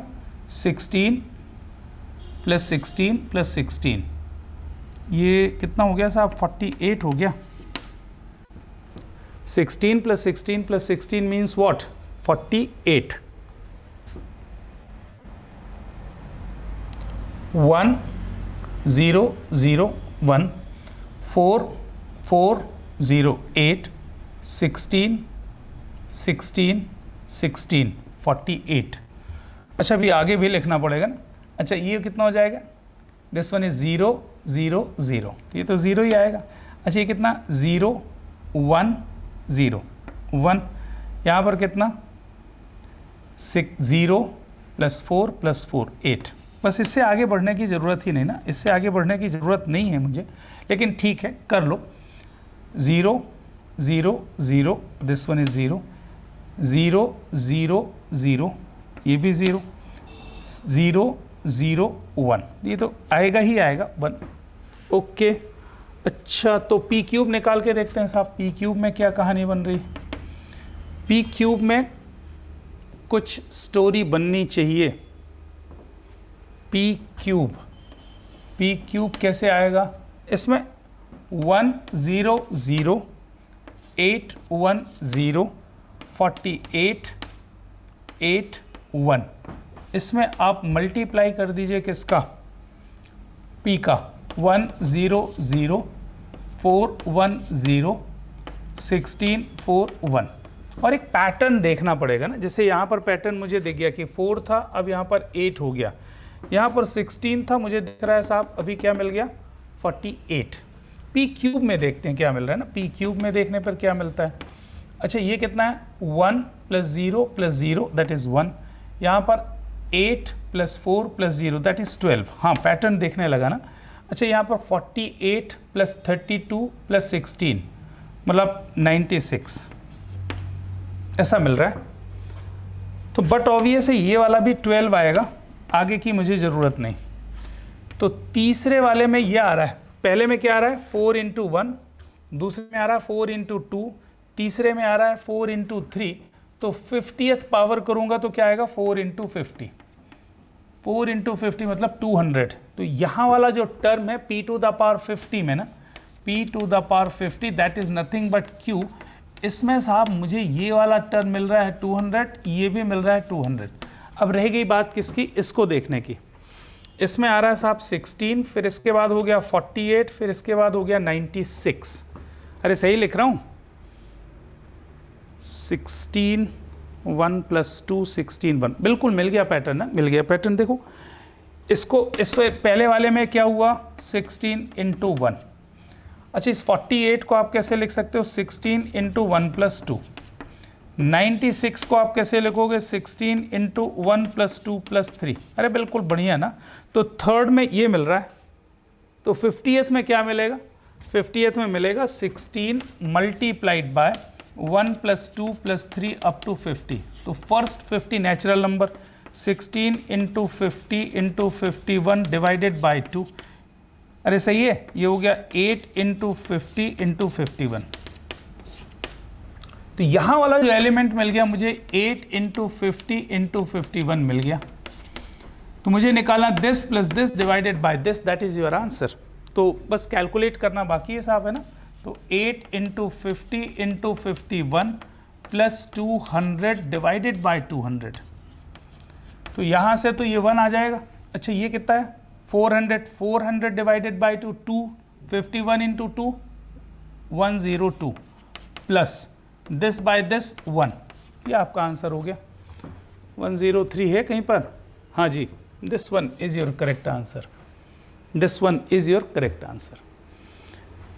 देखो मैं फिर से एक बार याद दिला रहा हूं कि when ever question requires big powers, है ना, p टू द पावर, बहुत बड़ी पावर दी हुई है ना, तो उसमें सारे पावर्स निकालने की ज़रूरत नहीं, कम से कम 2-3 तो कम से कम निकालो ना, p स्क्वायर p क्यूब ऐसा तक करके देखिए तो आपको एक पैटर्न मिल जाएगा। इस पे अलर्ट रहें। हाँ, ये तो थोड़ा सा खैर मिस्टेक हो गई। तो Q31 plus Q32 upon Q21, Q31 Q32 upon this plus this upon this मुझे चाहिए था, तो बस वही टर्म आपको देखनी, बाकी से कोई लेना देना नहीं। बढ़िया, आगे बढ़ते हैं भाई। Moving to question number 14। Plane 2x minus 2y plus z is equals to 3 is rotated about its line of intersection with xy plane. भाई xy प्लेन है, इसका इक्वेशन क्या होता है, z इक्वल 0। इस प्लेन का z इक्वल 0 के साथ इंटरसेक्शन जो है उसके अबाउट आपने इस प्लेन को रोटेट किया है। The plane this is rotated about its line of intersection with this one. Question समझ में आ गया? इस प्लेन और इस प्लेन के इंटरसेक्शन लाइन के अबाउट आपने इस प्लेन को रोटेट किया by an acute angle alpha. If the new position of the plane contains the point 3, 1, 1, then the value of cos alpha। अच्छा, ये प्लेन की ओल्ड पोजीशन है और न्यू पोजीशन, तो ओल्ड पोजीशन और न्यू पोजीशन के बीच में कितना एंगल है, अल्फा एंगल है। You have to find cos of alpha. तो न्यू पोजीशन में प्लेन का इक्वेशन लिख लो। और क्या है भाई, ये प्लेन है, z इक्वल 0 दूसरा प्लेन है, तो इसके लाइन ऑफ इंटरसेक्शन के अबाउट जब आप रोटेट करोगे तो p1 plus lambda p2 equal 0 है ना। तो p1 plus lambda p2 equal 0 means what, 2x minus 2y plus z minus 3 plus lambda times p2 means z equal 0। ये न्यू पोजीशन पे प्लेन का इक्वेशन हो गया, ये न्यू पोजीशन पे प्लेन का इक्वेशन है। ओल्ड पोजीशन पे प्लेन का इक्वेशन दिया ही हुआ है। अब इसका इक्वेशन निकालने के लिए साहब उसने कंडीशन दे दी कि न्यू पोजीशन जब प्लेन का बन रहा है तो उसमें 3, 1, 1 भी उस प्लेन पर है, तो 3, 1, 1 सेटिस्फाई कर दो। तो 3, 1, 1 इस पे रखो, तो ये हो गया 6 minus 2 plus 1 minus 3 plus lambda equal 0। इसको रखने में बस थोड़ा सा जल्दी ना करें ना। 6 minus 2 plus 1 minus 3 plus lambda equal 0, 6 और 1 7, और ये कितना है -5, तो लेमडा की वैल्यू तो आ गई -2। तो प्लेन का इक्वेशन क्या हो गया, 2x माइनस 2y, ये हो गया z और ये -2z, मतलब minus of z minus of 3 equal 0। ये साहब न्यू पोजीशन के प्लेन का इक्वेशन फाइनली आ गया। और ओल्ड पोजीशन के प्लेन का इक्वेशन दिया ही हुआ है साहब, कितना, 2x minus 2y plus z minus 3 equal 0। ये आपका ओल्ड पोजीशन की प्लेन का इक्वेशन है। इन दोनों के बीच का एंगल अल्फा है, a dash plus b dash plus c dash divided by under root summation a square under root summation b square, या फिर डॉट प्रोडक्ट से आप निकाल सकते हो। तो कॉज अल्फा इतना आसान है कि ऐसे ही देख लो, 2 2 4 plus 2 2 4 8 -1 divided by under root 4 plus 4 plus 1 under root 9, और यहाँ से क्या मिल रहा है, 4 plus 4 plus 1 that is under root 9, तो 7/9 आ जाएगा। और क्या, दैट इज योर आंसर। ये आंसर लिखा हुआ है साहब 7/9। हाँ, ये बहुत ही आसान क्वेश्चन हो गया और जल्दी से होने वाला क्वेश्चन है। तो 3D के question most of the time logic आपका सही होना चाहिए, आपके डायग्रामेटिक अरेंजमेंट सही होने चाहिए, ये दिखना चाहिए ना, आपको विजुअलाइज करते बनना चाहिए कि साहब क्वेश्चन क्या है। गिवन प्लेन का, उस प्लेन का z इक्वल 0 के साथ जो लाइन ऑफ इंटरसेक्शन उसके अबाउट उसको रोटेट कर दिया, तो नई पोजीशन पे जो प्लेन आया उसका इक्वेशन मैंने लिख दिया, और साहब उसको बोला 3 1 1 से पास हो रहा है, तो यहाँ से आपको लेमडा मिल गया, तो आपको न्यू पोजीशन का प्लेन मिल गया। अब न्यू पोजीशन और ओल्ड पोजीशन के बीच का एंगल डॉट से निकाल लो या फिर डायरेक्ट निकाल लो। आगे बढ़ते हैं। 2 tangents are drawn from a point -4, 3 to the parabola y square is equals to 16x. If alpha is the angle between them, then the value of cos of alpha.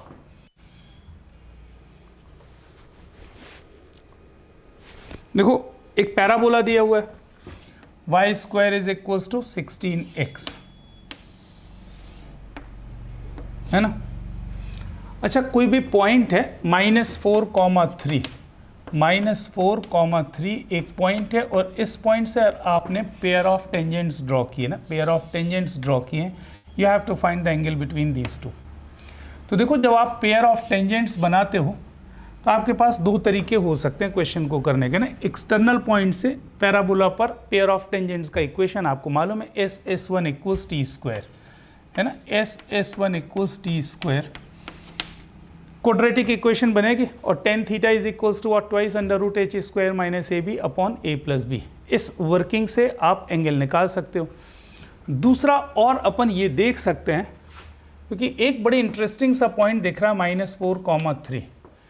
अच्छा, अगर मैं इस पैराबोला का directrix निकाल लूँ, जरा सा directrix देख करके ऐसे दिख रहा है ना कि A इज इक्वल्स टू 4 आ रहा है और डायरेक्ट्रिक्स क्या होता है, x is equals to -a, मतलब ये है साहब x इक्वल्स -4।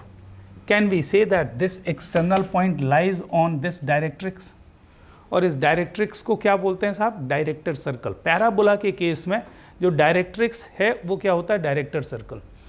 और आपको हमेशा इस बात को ध्यान में रखना है कि अगर डायरेक्ट्रिक्स के किसी भी पॉइंट से पैराबोला पर tangent, pair of tangents draw किए जाएं तो वो हमेशा कितना एंगल बनाते हैं, 90 डिग्रीज बनाते हैं। तो answer is what, 90 degrees. Cause alpha पूछ रहा है साहब, cause alpha means cause 90, that means answer is what, 0। तो यहाँ से मुझे क्या चीज़ दिमाग में रखनी, ये नहीं कि ये क्वेश्चन कर लिया और फ्री हो गए। यहाँ से मुझे एक खास बात दिमाग में रखनी है, whenever an external point is given and you want to find angle between pair of tangents. आज के बाद इस बात को बहुत अच्छे से ध्यान कर लो कि अगर कोई एक्सटर्नल पॉइंट है पैराबोला पर, पैराबोला के बाहर कोई एक्सटर्नल पॉइंट है, उससे पेयर ऑफ टेंजेंट्स आपने ड्रॉ की और आपसे बोला जाए कि find the angle between pair of tangents, तो आपका पहला क्वेश्चन दिमाग में आपके जो आना चाहिए कि क्या वो पॉइंट डायरेक्ट्रिक्स पे तो नहीं है। अगर वो पॉइंट डायरेक्ट्रिक्स पे है तो बिना कोई टेंशन के आप बोल सकते हो कि एंगल इज व्हाट, 90 डिग्रीज। और बाय द वे अगर वो डायरेक्ट्रिक्स पे नहीं है तो SS1 is equals to t square tan theta twice under root h square minus AB upon A plus b, उससे आपको मिल जाएगा। लेकिन मैंने आपको बता दिया, उस बात को ध्यान रखें, हमेशा ऐसा क्वेश्चन पूछा ही जाता है कि जो भी एक्सटर्नल पॉइंट से पेयर ऑफ टेंजेंट्स ड्रॉ करने की बात होगी और एंगल पूछेगा तो वो जो पॉइंट है वो पैराबोला के डायरेक्ट्रिक्स पे ही दे देता है।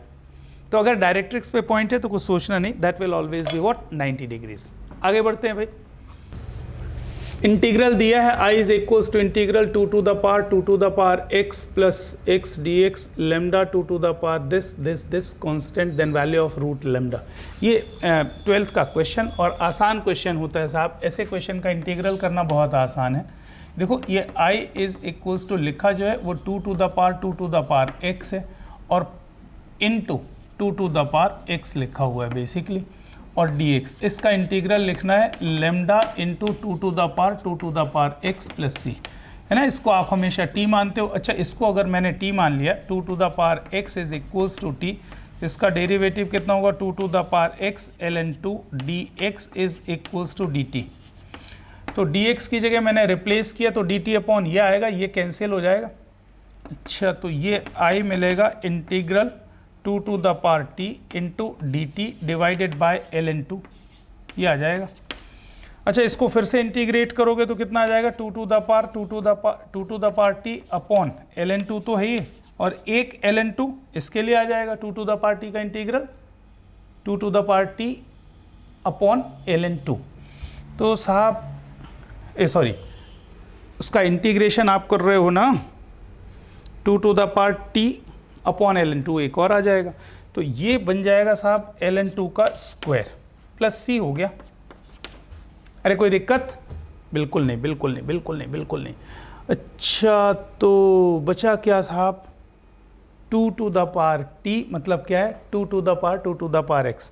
तो लेमडा की वैल्यू कितनी आ गई, lambda is equals to what, 1 upon ln2 का होल स्क्वायर। ये आपको लेमडा मिल रहा है।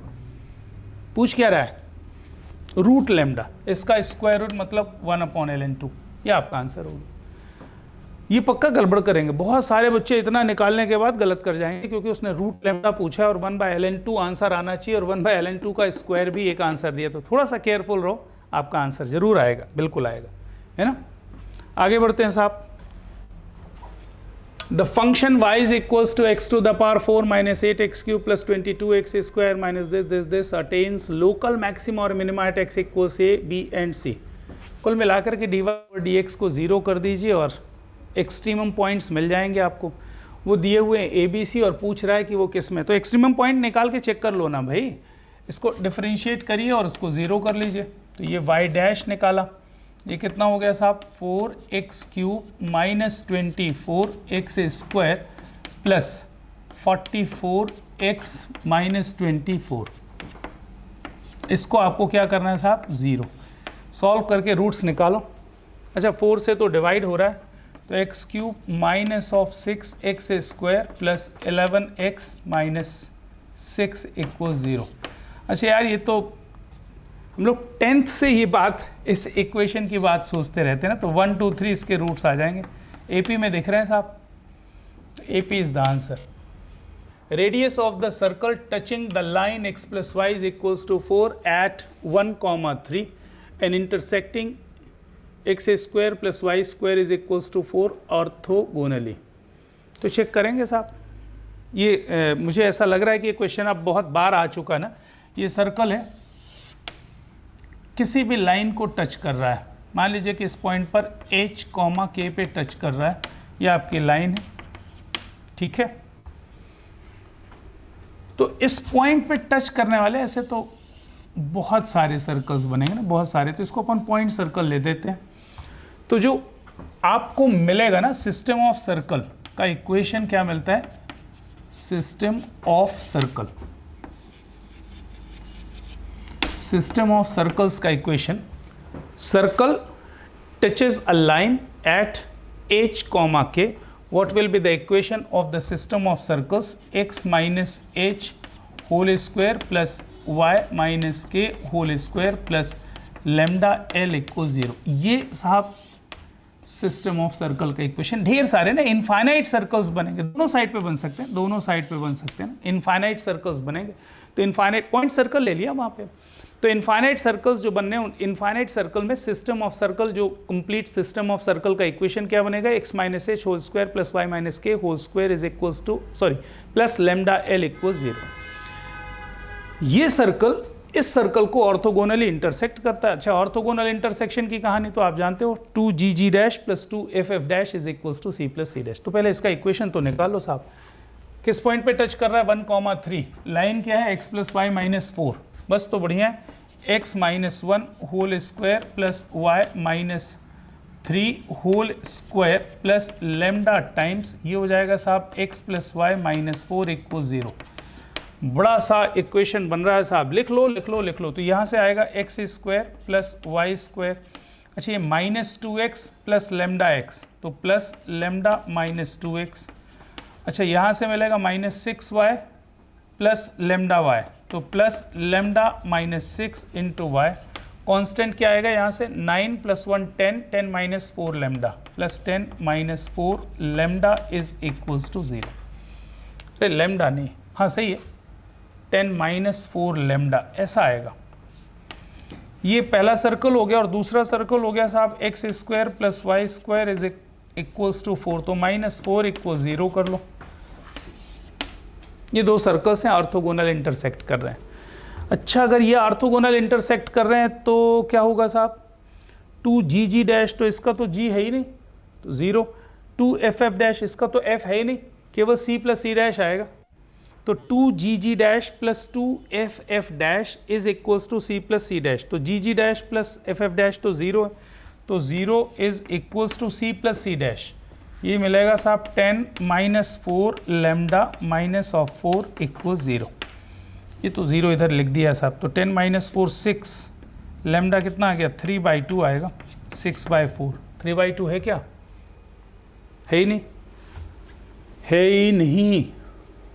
अच्छा रेडियस पूछ रहा है साहब, लेमडा की वैल्यू 3/2 है तो रेडियस पूछ रहा है, सॉरी, तो रेडियस निकालने के लिए तो फिर इस पे रखो भाई, तो ये कितना हो जाएगा x square plus y square, ये 3/2 माइनस 2, 3/2 माइनस 2 कितना हुआ x/2 ना, तो -1/2 x, ओके। और 3/2 माइनस 6 9/2, तो minus of 9/2y, minus of 9/2y। अच्छा, और ये कितना हो जाएगा साहब 3/2 6 10 माइनस 6 प्लस 4, ये सर्कल आ रहा है। अब इसकी रेडियस कितने होंगे साहब, √g² plus f square, g² plus f square minus c. ये तो नेगेटिव आ रहा है यार, क्या गड़बड़ आ रहा है, मेरा ये प्लस आ रहा है, सही है। 3/2 रखने पर ये कितना रहा 6, तो प्लस 4 ही आएगा ना। तो g² plus f square minus c करेंगे तो ये तो 1/16 और ये प्लस 81/16 माइनस ऑफ 4, सही है ना। मैं ये भूल गया था कि ये 9/2 है ना, तो ठीक है 81/16, तो ये कितना हो गया 82/16, 82 माइनस 16, तो 18/16, 18/16 मीन्स 9/8 का अंडर रूट, तो 3/2√2, ऐसा कोई आंसर है क्या?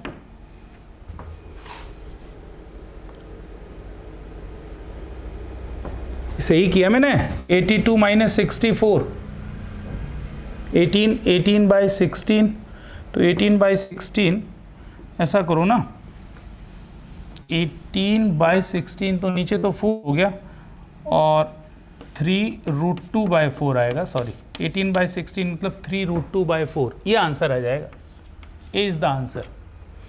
ठीक है, थोड़ा कैलकुलेशन मेरा गड़बड़ है ना, ज़रा कैलकुलेशन में ध्यान दें, सही है। थोड़ा सा लैम्डा पूछ लेता तो अच्छा था। अच्छा, लैम्डा पूछ कैसे लेता साहब, लैम्डा तो आपने माना है, लैम्डा थोड़ी है। लैम्डा से तो आपको सर्कल की इक्वेशन मिल गई, सर्कल के इक्वेशन से, ठीक है, उसने रेडियस पूछी है तो रेडियस निकालना है। आगे बढ़ते हैं भाई, ठीक है, चलो आगे बढ़ते हैं। Value of the integral sin cube dx, देखो क्या है, अच्छा है। पहले तो आप मॉड लगाए तो इवन फंक्शन हो गया, इसको ऊपर ले जाओ 6, तो 2 टाइम्स कितना हो जाएगा साहब, इंटीग्रल 0 से 3 पाई, ये हो गया साहब modulus of sine of cube x dx, है ना, ये हो गया। अच्छा, sine mod sine cube x लिखा है, पीरियड कितना हो गया पाई। अच्छा, अगर पीरियड पाई है तो 3 और बाहर निकाल लो इसमें से, तो 3 2 6, 0 से पाई, ये हो गया साहब modulus of sine of cube x dx। अच्छा, मॉड हटा दें तो कोई दिक्कत है, 0 से पाई में तो ये पॉजिटिव ही रहना है ना, 0 से पाई में पॉजिटिव। अच्छा, इसमें क्वीन भी लगा सकते हैं ना, यहाँ से 2 और बाहर निकाल लो, ये हो गया 12 इंटीग्रल 0 से π/2, ये बन गया साहब sine of cube x dx। First quadrant आ गया ना, ये होता 2/3, 12 इंटू 2/3, आंसर 8, बढ़िया है, ये आंसर आ गया। अब ये मत पूछो कि साहब 0 से π/2 इतनी जल्दी कैसे निकाल लिया 2/3, मुझे याद है ना, मुझे याद है भाई, कम से कम 2-3 आंसर्स तो आपको याद होने भी चाहिए अगर स्पीड मेंटेन करनी है। तो ये sin x dx हज़ारों बार आपने निकाला होगा, 1 आता है। अच्छा, 0 से π/2 sin स्क्वायर एक्स dx, ये भी आपने हज़ार बार निकाला होगा, π/4 आता है। अच्छा, 0 to π/2 sine of cube x dx, ये हज़ारों बार तो नहीं लेकिन कम बार निकाला होगा, लेकिन फिर भी निकाला होगा, कभी ना कभी 2/3 आता है। और 0 से अरे यार π/4 नहीं, π/2, 0 to π/2 sine to the power 4x dx, ये आता है साहब 3π/16। कि 2-4 चीज़ें तो आपको लर्न करके रखनी चाहिए ना, स्पीड मेंटेन करने के लिए, बहुत बार ये काम आएगा, बहुत बार ये काम आएगा। तो जैसे अभी काम आ गया साहब, 2/3 डायरेक्ट रख दिया, 8 आ गया आंसर। अगर नहीं होता तो क्या करता भाई, अरे तू क्या करता है, इसमें कोई इशू थोड़ी है साहब। 0 से π/2 साइन क्यूब एक्स को क्या लिखता, sine square x into sine x. ये हो जाता साहब 1 minus cos square x into sine of x D x. अरे बन जाता कि नहीं, कॉज एक्स को टी ले ले, ये कट जाएगा। अरे कॉज एक्स को टी लोगे तो ये कट जाएगा, 1 minus T square D T करना है, लिमिट जो भी है वो चेंज कर लेना, और क्या। यहाँ से भी कर सकते हो। बहुत सारे लोग इसको sine 3x 3 sine x minus 4 sine cube x से करते हैं, वो भी आप कर सकते हो, उसमें कोई ज़्यादा टेंशन नहीं। सही है ना। Let B and C are the point of intersection of parabola y is equals to x square and the circle the area of the triangle OBC required है where O is the origin. तो साहब एक point दिया है और 2 point आपको इन 2 के intersection से मिलेंगे। एक ट्रायंगल बनाना है, फोटो बनाने की जरूरत नहीं साहब, y इक्वल्स एक्स स्क्वायर दिया हुआ है, y की वैल्यू रख दो, या एक्स स्क्वायर रख दो, यहाँ पे एक्स स्क्वायर रख दो। तो जब आप एक्स स्क्वायर की जगह y रखोगे, y प्लस इसका स्क्वायर कितना, y square minus of 4y plus 4 is equals to 8। Solve कर लो इसको, तो हो गया y square minus of 3y, 3 कहाँ से आ गया, हाँ जी 3y minus of 4 is equals to 0। तो ये आपको मिलेगा -4 प्लस 1। सही है ना। तो 2 वैल्यूज़ मिल रही हैं आपको, एक मिल रही है y की वैल्यू -1 और एक y की वैल्यू मिल रही है 4। तो 2 वैल्यूज़ आ रही हैं यार, तो 2 बार निकालना पड़ेगा क्या, नहीं निकालना पड़ेगा, इसको हटा दो आप, -1 आप हटा दो। अरे y -1 इज़ नॉट पॉसिबल ना, बिकॉज एक्स स्क्वायर, तो एक्स स्क्वायर है तो ये तो पॉसिबल है नहीं, तो y इज इक्वल्स टू 4 आ गया। अच्छा तो y अगर 4 है तो x की 2 वैल्यूज आएगी, y इज इक्वल्स टू 4, तो x कितना आ रहा है साहब, x इज इक्वल्स टू 2 और -2, 2 और -2। तो क्या क्या पॉइंट्स मिल गए, 3 पॉइंट्स हो गए आपके। एक पॉइंट तो 0,0 है, the second point is what 2,4 and third point is what minus of 2,4। ये 3 पॉइंट से ट्रायंगल का एरिया तो बन जाएगा, निकाल लोगे इतना। तो कैसे निकालेंगे भाई, डिटर्मिनेंट से ना, डिटर्मिनेंट से निकाल दें। ये देखो 1/2 1 1 1 0 0 2 4 -2 4। चलो तो 1/2 टाइम्स, अच्छा इनकी कहानियाँ तो 0 ही है, ये आएगा 8 + 8, 8 + 8 कितना साहब 16, 16/2 इज व्हाट 8। ये 8 आंसर बहुत आ रहा है भाई, हाँ this one is the answer, ये इसका आंसर हो जाएगा, कोई दिक्कत नहीं है ना। आसान क्वेश्चन, ये तो ज़बरदस्ती का बनाया हुआ क्वेश्चन लग रहा है मुझे, हैं। चलो आगे बढ़ते हैं भाई। Value of limit x tending to 0 1 - 1/x to the power 18, ये दिया है लेमडा स्क्वायर, इस लिमिट की वैल्यू कितनी है lambda square, then you have to find the value of 900 lambda. तो लिमिट निकालना है अल्टीमेटली, बड़ी भारी सी लिमिट है लेकिन अच्छी बात है, ये और फिर मल्टीप्लिकेशन है ना।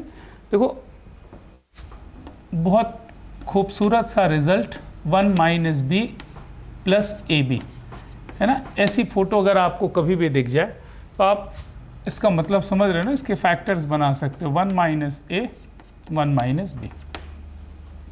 तो ये आपको दिख गया साहब है ना, ये क्या दिया 1 - a 1 - x³ sorry cos of x³/3, ये multiplied by 1 - cos of x to the power 6/6, ये दिया हुआ है बेसिकली, और डिवाइडेड बाय क्या दिखा हुआ है x टू द पावर 18।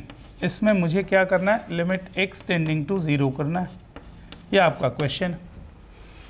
अच्छा बस मुझे यही चीज़ याद आ रही ना, ऐसा याद रखना आपको कि limit theta tends to 0 1 - cos of theta divided by theta square ना, ये लिमिट वैल्यू कितनी होती है साहब 1/2 ना, बहुत ज़्यादा काम की लिमिट। तो ये 1 - थीटा 1 - cos थीटा, तो अपॉन थीटा स्क्वायर चाहिए, मतलब x टू द पावर 6/9 चाहिए इसके लिए। अच्छा अगर चाहिए तो यहाँ पर x टू द पावर 6/9 से मल्टीप्लाई भी करना है। अच्छा इसके लिए क्या चाहिए, 1 माइनस कॉज, ये थीटा लिखा है तो इसके लिए थीटा का स्क्वायर चाहिए ना, थीटा का स्क्वायर मतलब क्या चाहिए, x टू द पावर 6 का square x to the power 12 divided by 36 चाहिए। यहाँ पर into x to the power 6 sorry x to the power 12 divided by 36, जितना मैंने इधर डिवाइड किया उतना ही मल्टीप्लाई कर दिया। अच्छा दिख गया ना आपको, ये लिमिट यहाँ से ये लिमिट कितनी हो गई साहब, 1/2, और यहाँ से ये वाली लिमिट भी कितनी हो गई साहब, 1/2, और ये इस कहानी से ख़त्म हो गया साहब। फाइनली हो क्या रहा है, फाइनली क्या मिल रहा है मुझे ज़रा बताओ। मुझे मिल रहा है 1/2 इंटू 1/2 इंटू 1/9 इंटू 1/36, ये मेरे को वैल्यू लिमिट की मिल रही। और ये दिया हुआ है साहब लेमडा स्क्वायर। अच्छा ये भी 36 हो गया, तो 36 इंटू 36 स्क्वायर हो गया, तो लेमडा की वैल्यू तो आ गई साहब 1/36, इसमें कोई डाउट। अरे लेमडा इज 1/36 स्क्वायर, तो लेमडा इज व्हाट, 1/36 चाहिए क्या, क्या चाहिए, कहाँ गया, आपको चाहिए 900 लेमडा, तो 900 से मल्टीप्लाई कर दो, तो 900 डिवाइडेड बाय 36 आपका आंसर होना चाहिए 6, 25 आएगा क्या, हाँ जी बिल्कुल आंसर 25 आएगा। This one is your answer, है ना। 150 divided by 6, 150 divided by 6, 25 is the answer.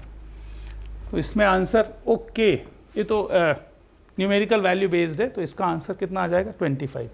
अच्छा क्वेश्चन है, बड़ा सा एक्सप्रेशन दिखता है लेकिन कैलकुलेशन इसका भी आसान है, आसान।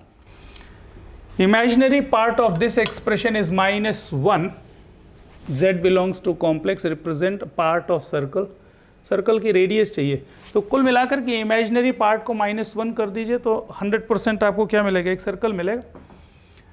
अच्छा इसकी इमेजिनरी पार्ट निकालनी है, z की जगह क्या रखना पड़ता है साहब, x प्लस आयोटा y लग दो, i x plus iota y minus of 2 divided by x plus iota y minus of iota. इसका इमेजिनरी पार्ट -1 है, ये याद रखना है कि इसका इमेजिनरी पार्ट कितना, -1। चलो तो पहले तो मैं लिख लूँ, ये कितना आ गया साहब, ix, ये हो गया i आयोटा x, और ये -y -2, तो माइनस ऑफ y प्लस 2 आ गया, और डिनोमिनेटर में क्या आ गया, x प्लस आयोटा y -1। अच्छा रियल और इमेजिनरी अलग करने के लिए क्या करते हो, रैशनलाइज करते हैं साहब, तो ये मैंने किया x minus iota y -1 divided bye x minus iota y -1। अच्छा जो नीचे मिलने वाला है ना, नीचे क्या मिलेगा, x स्क्वायर प्लस y -1 का स्क्वायर, अरे सही है ना, a square minus b square, तो ठीक है इसमें कोई दिक्कत नहीं। अच्छा ऊपर में केवल और केवल इमेजिनरी पार्ट मुझे चाहिए ना, केवल और केवल इमेजिनरी पार्ट, मतलब आयोटा से लगा हुआ वाला पार्ट आप लिखो, बाकी रियल वाला छोड़ दो। अच्छा जब मैं इसको मल्टीप्लाई करूंगा आयोटा x को x से, तो क्या मिलेगा, iota x square, iota x square मिलेगा। अच्छा इसको इससे मल्टीप्लाई करने से कोई मतलब, वो तो रियल हो जाएगा, रियल चाहिए नहीं मुझे। इसको इससे मल्टीप्लाई करूंगा, नहीं चाहिए क्योंकि वो रियल मिलेगा। इसको इससे मल्टीप्लाई करूंगा ना, इसको इससे मल्टीप्लाई करूंगा तो प्लस आयोटा टाइम्स क्या मिलेगा साहब, y -1 into y plus 2। Real वाला पार्ट मैंने छोड़ दिया है। अच्छा इसका इमेजिनरी पार्ट कितना है, x square plus this one divided by this one, ये लिख लेता हूँ पूरा। तो ये मिल गया साहब एक्स स्क्वायर प्लस, इसको मल्टीप्लाई करो कितना होगा, y square plus 2y minus y, तो y square plus y minus 2, ये साहब ऊपर का इमेजिनरी पार्ट है। ये upon x square plus y -1 whole square is equals to -1 given. किसी को कोई डाउट भाई, imaginary part of this expression, of course जो रियल वाला पार्ट था वो मैंने पहले ही छोड़ दिया क्योंकि मुझे रियल चाहिए नहीं था। Imaginary part of this expression is equals to -1। इसको सॉल्व करो, सर्कल का इक्वेशन मिलेगा साहब x square plus y square plus y minus 2 is equals to minus x square minus y square plus 2y minus 1। अच्छा, ये यहाँ से क्या मिल रहा है 2x square plus 2y square minus y, और इसको इधर शिफ्ट किया तो -1 इज इक्वल्स टू 0। इसका रेडियस पूछ रहा है तो रेडियस निकाल लेते हैं साहब, x square plus y square minus of 1/2y minus of 1/2 is equals to 0। तो under root g square plus f square minus c, तो 1/16 हो गया और प्लस 1/2, तो 1/16 प्लस 8/16 9/16, 9/16 मीन्स 3/4, 3/4 आएगा रेडियस ना, तो 3/4। अच्छा, ऑप्शन थोड़ी है भाई, 3/4 0.75 is your answer, 0.75 is your answer. देखो बस यही है क्वेश्चन में कि आप कितने स्पीड से उसके इमेजिनरी पार्ट को निकाल सकते हो ना, पूरा लिखने की ज़रूरत होती नहीं। ये यहाँ से ये तो दिख ही गया, इसमें केवल और केवल इमेजिनरी पार्ट बस आप देख लो, बाकी सब रियल वाला पार्ट आप हटा दो। जिसमें भी आयोटा मल्टीप्लाइड बाय आयोटा होगा तो बट ऑब्वियस वो रियल हो जाएगा, उसको छोड़ दीजिए। In the expansion of ax plus b whole to the power 2 0 2 0 if the coefficient of x square and x cube। अच्छा साहब देखो,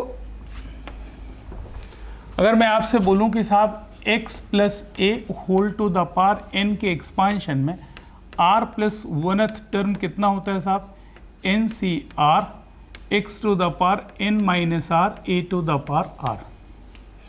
अच्छा, अगर मैं इसको उल्टा लिख दूं, क्या लिख दूं मैं, a plus x whole to the power n, तो क्या हो जाएगा n c r a to the power n minus r x to the power r। ये ज़्यादा बेहतर दिख रहा है ना, क्योंकि मुझे डायरेक्ट एक्स स्क्वायर और एक्स क्यूब का कोएफिशिएंट मिल जाएगा। तो मैंने क्या किया, इसको कुछ ऐसा लिख लिया, b plus a x whole to the power 2 0 2 0। Now this one is the binomial expansion ना। अच्छा, इसका जनरल टर्म क्या होगा साहब, मैं लिख लेता हूँ जनरल टर्म पहले, 2 0 2 0 c r b to the power 2 0 2 0 minus r a x whole to the power कितना आर। यह आपका जनरल एक्सप्रेशन है ना। If you want to find coefficient of x square, तो आर कितना होना चाहिए 2, तो आर की जगह मैंने 2 लिख दिया, 2 0 2 0 C2 B to the power 2 0 1 8 A to the power 2, और एक्स स्क्वायर का कोएफिशिएंट डिवाइड कर दो।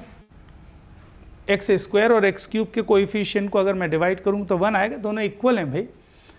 3 रख दो तो ये कितना हो गया, 2 0 2 0 C3 B to the power 2 0 1 7 A to the power 3।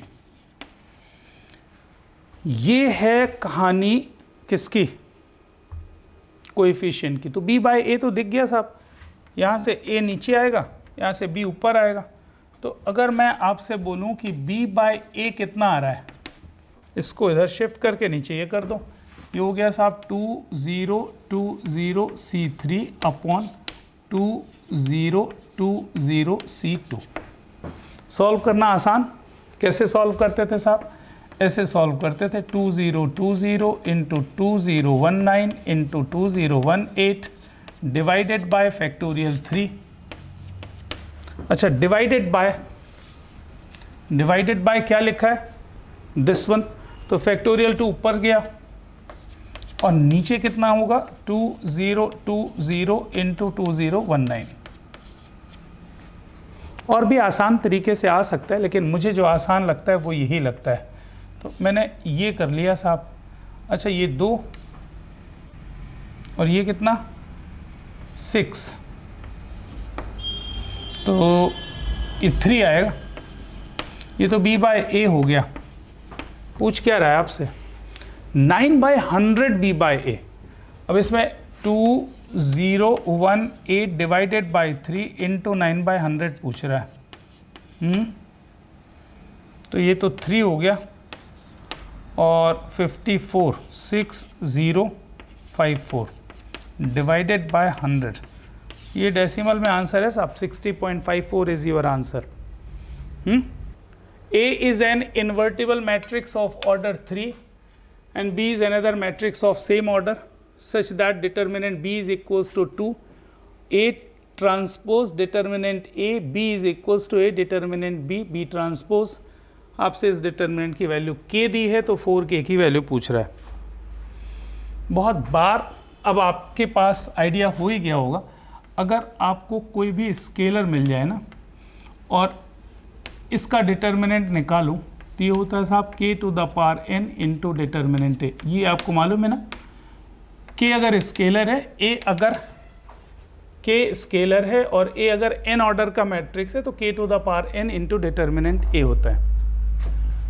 ये एक स्केलर दिया हुआ ना, ये ध्यान रखना, ये एक स्केलर दिया है, ये भी एक स्केलर दिया है, दोनों साइड का डिटर्मिनेंट ले लिया। अच्छे से देख लो एक बार, a to the power t determinant a, determinant नहीं, ये मैट्रिक्स इसके इक्वल है a into determinant b into b transpose, है ना, ऐसा दिया हुआ है। क्या किया मैंने, दोनों साइड का डिटर्मिनेंट ले लिया, दोनों साइड का डिटर्मिनेंट ले लिया। बस ये ध्यान रखना है कि ये स्केलर है साहब, ये कितना हो जाएगा, determinant a cube into A transpose determinant b। कोई दिक्कत, बिल्कुल ऐसे ही चल रहा है, बिल्कुल ऐसे ही चल रहा है।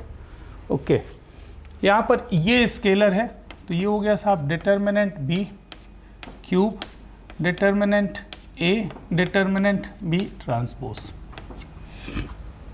अच्छा, ये और ये तो सेम है, ये और ये भी सेम है।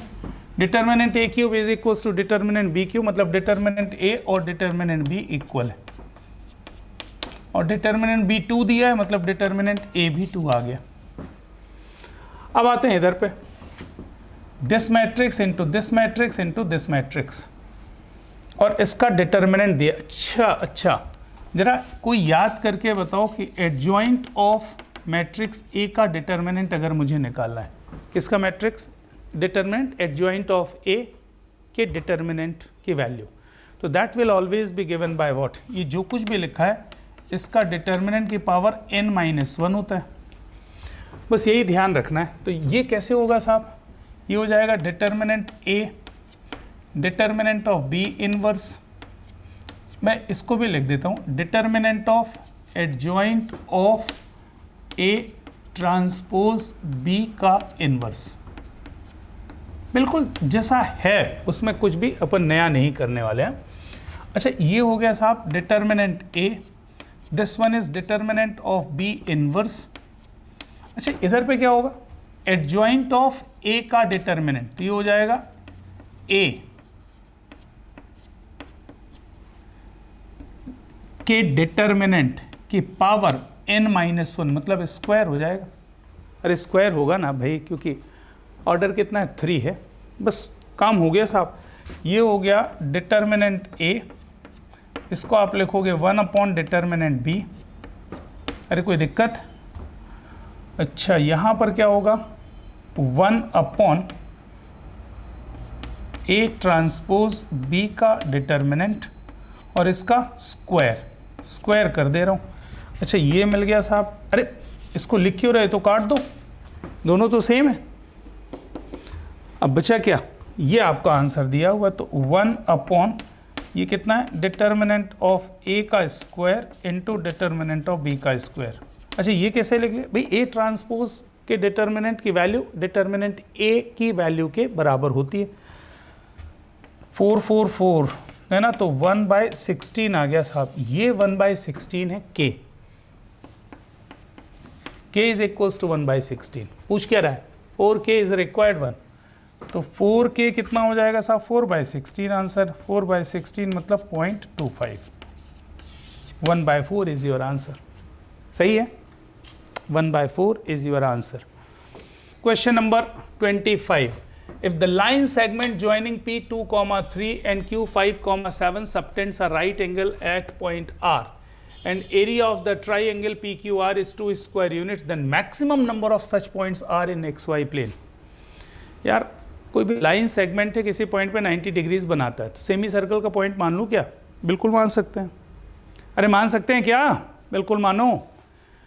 ऐसा मान लो साहब, ये there is a circle P Q, and points मान लो, this one is point P, this one is point Q. What are the points? 2, 3 and this point is what? 5, 7. ये दो पॉइंट्स दिए हुए हैं साहब, है ना। अच्छा, ये किसी भी पॉइंट पर क्या कर रहा है? किसी भी पॉइंट पर 90 डिग्री सबटेंड कर रहा है। मान लीजिए कि ये पॉइंट है R, X, Y. Of course diameter subtends 90 degrees ना, ये तो 90 डिग्री होगा, ये तो कन्फर्म है। अच्छा, बाय द वे अगर ऐसा हो जाए ना, ऐसा हो जाए तो नंबर ऑफ सच पॉइंट्स कितने होंगे? एक इधर होगा तो एक इधर होगा, एक इधर भी हो सकता है और एक इधर, 4 पॉइंट हो जाएंगे। ये आंसर होना चाहिए। अगर ऐसा हुआ तो बाय द वे अगर ऐसा हो गया, अगर यहाँ पर वो पॉइंट R हो गया तो फिर तो साहब ये 90 डिग्री होगा, तो केवल 2 पॉसिबल पॉइंट्स होंगे।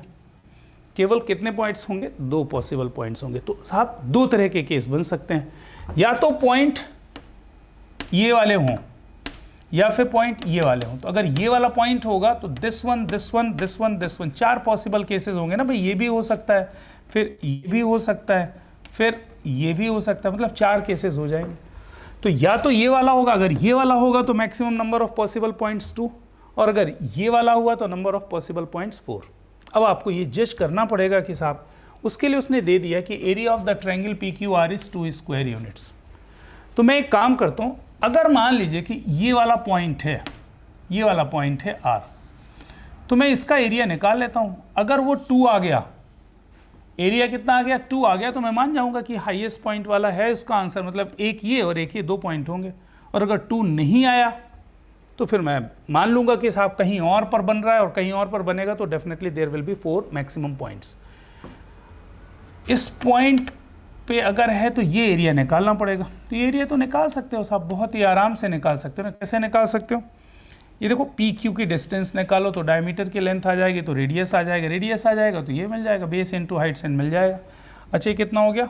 5 - 2 स्क्वायर 9, और 7 - 3 स्क्वायर 4, 16, 16 + 9 25, मतलब ये कितना आ गया? 5 आ गया। डायमीटर की लेंथ 5 आ गई, इसका मतलब ये लेंथ कितनी आ गई? 5/2 हो गई। तो ट्रायंगल का एरिया 1/2 बेस इंटू हाइट, तो 5/2 इंटू 5, 25/4 आएगा। तो 25/4 का मतलब कितना हो रहा है साहब? 6.25, है ना। तो 6.25 तो एरिया है नहीं साहब, 2 स्क्वायर यूनिट है। That means the point should not be here. Point यहाँ पर नहीं होना चाहिए, क्योंकि अगर यहाँ पर पॉइंट होता तो इस ट्रायंगल का जो एरिया होता वो कितना होता? 6.25, जबकि एरिया कितना दिया हुआ है? 2 स्क्वायर यूनिट्स दिया है। इसका मतलब जो पॉइंट R है वो यहाँ कहीं पर होगा, यहाँ कहीं पर होगा। अब अगर पॉइंट R यहाँ कहीं पर है तो डेफिनेटली 4 पॉसिबल केसेस दिख रहे हैं ना। अगर यहाँ पर है तो यहाँ पर भी हो सकता है साहब, ये वाला बन जाएगा। अगर यहाँ पर है तो यहाँ पर भी हो सकता है, तो फिर ये वाला केस बन जाएगा। और अगर यहाँ पर है तो यहाँ पर भी हो सकता है, तो ये वाला केस बन जाएगा। That means there are 4 possibilities. तो ये 4 इज़ द करेक्ट आंसर। आपका समझ में आ गया कैसे हुआ भाई? या तो 4 बनेंगे या 2 बनेंगे, और तो कोई पॉसिबिलिटी है ही नहीं, क्योंकि सिमेट्रिकल है। और अगर 2 बनते हैं तो 2 एक ही केस में बनेगा, अगर वो एक्सट्रीम पॉइंट हो। तो इस पॉइंट का मैंने एरिया निकाल लिया, ट्रायंगल का एरिया जो आ रहा है 6.25, जबकि एरिया कितना गिवन है? 2 दिया हुआ है। इसका मतलब ये वाला पॉइंट तो नहीं है, मैक्सिमम वाला पॉइंट नहीं है। तो मैक्सिमम नहीं है, तो किसी भी और पॉइंट से अगर वो एरिया 2 स्क्वायर यूनिट बना रहा है तो उसके लिए 4 पॉसिबल केसेस हो सकते हैं। और यही पूछ रहा है, number of such points are in XY plane, and your answer is what? 4. 4 is your final answer.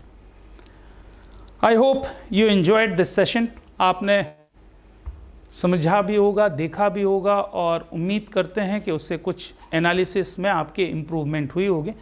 और थ्योरी का पार्ट आपका धीरे धीरे करके स्ट्रॉन्ग हो ही जाना है, हो जाएगा, टाइम ज़रूर लगेगा। और अच्छी बात यह है कि आपका एग्ज़ामिनेशन की डेट फाइनलाइज हो गई है, जो कि सितंबर में होना था। बढ़ता जा रहा, फिर ऐसा लग रहा है कि होगा कि नहीं होगा। फाइनली सुप्रीम कोर्ट ने इंटरफियर किया और ये बता दिया कि साहब नहीं, आपके एग्ज़ाम उन्हीं डेट्स पर होंगे जिन डेट्स पर पहले बोला गया, 1 to 6 सितंबर। तो ज़्यादा टाइम बचा नहीं है साहब। मैं फिर से एक बार रिक्वेस्ट करूंगा कि एनटीए अभ्यास पेपर बार बार जितने मैक्सिमम हो सकते हैं उतने ट्रायल करिए, और उसके बाहर का कोई क्वेश्चन मिलेगा नहीं आपको एग्जामिनेशन में, इतना मैं श्योर हूँ। ठीक है, आपको वीडियो कैसा लगा? लाइक करें, शेयर करें, खूब बार शेयर करें। ठीक है, मिलते हैं नेक्स्ट लेक्चर में। Bye bye.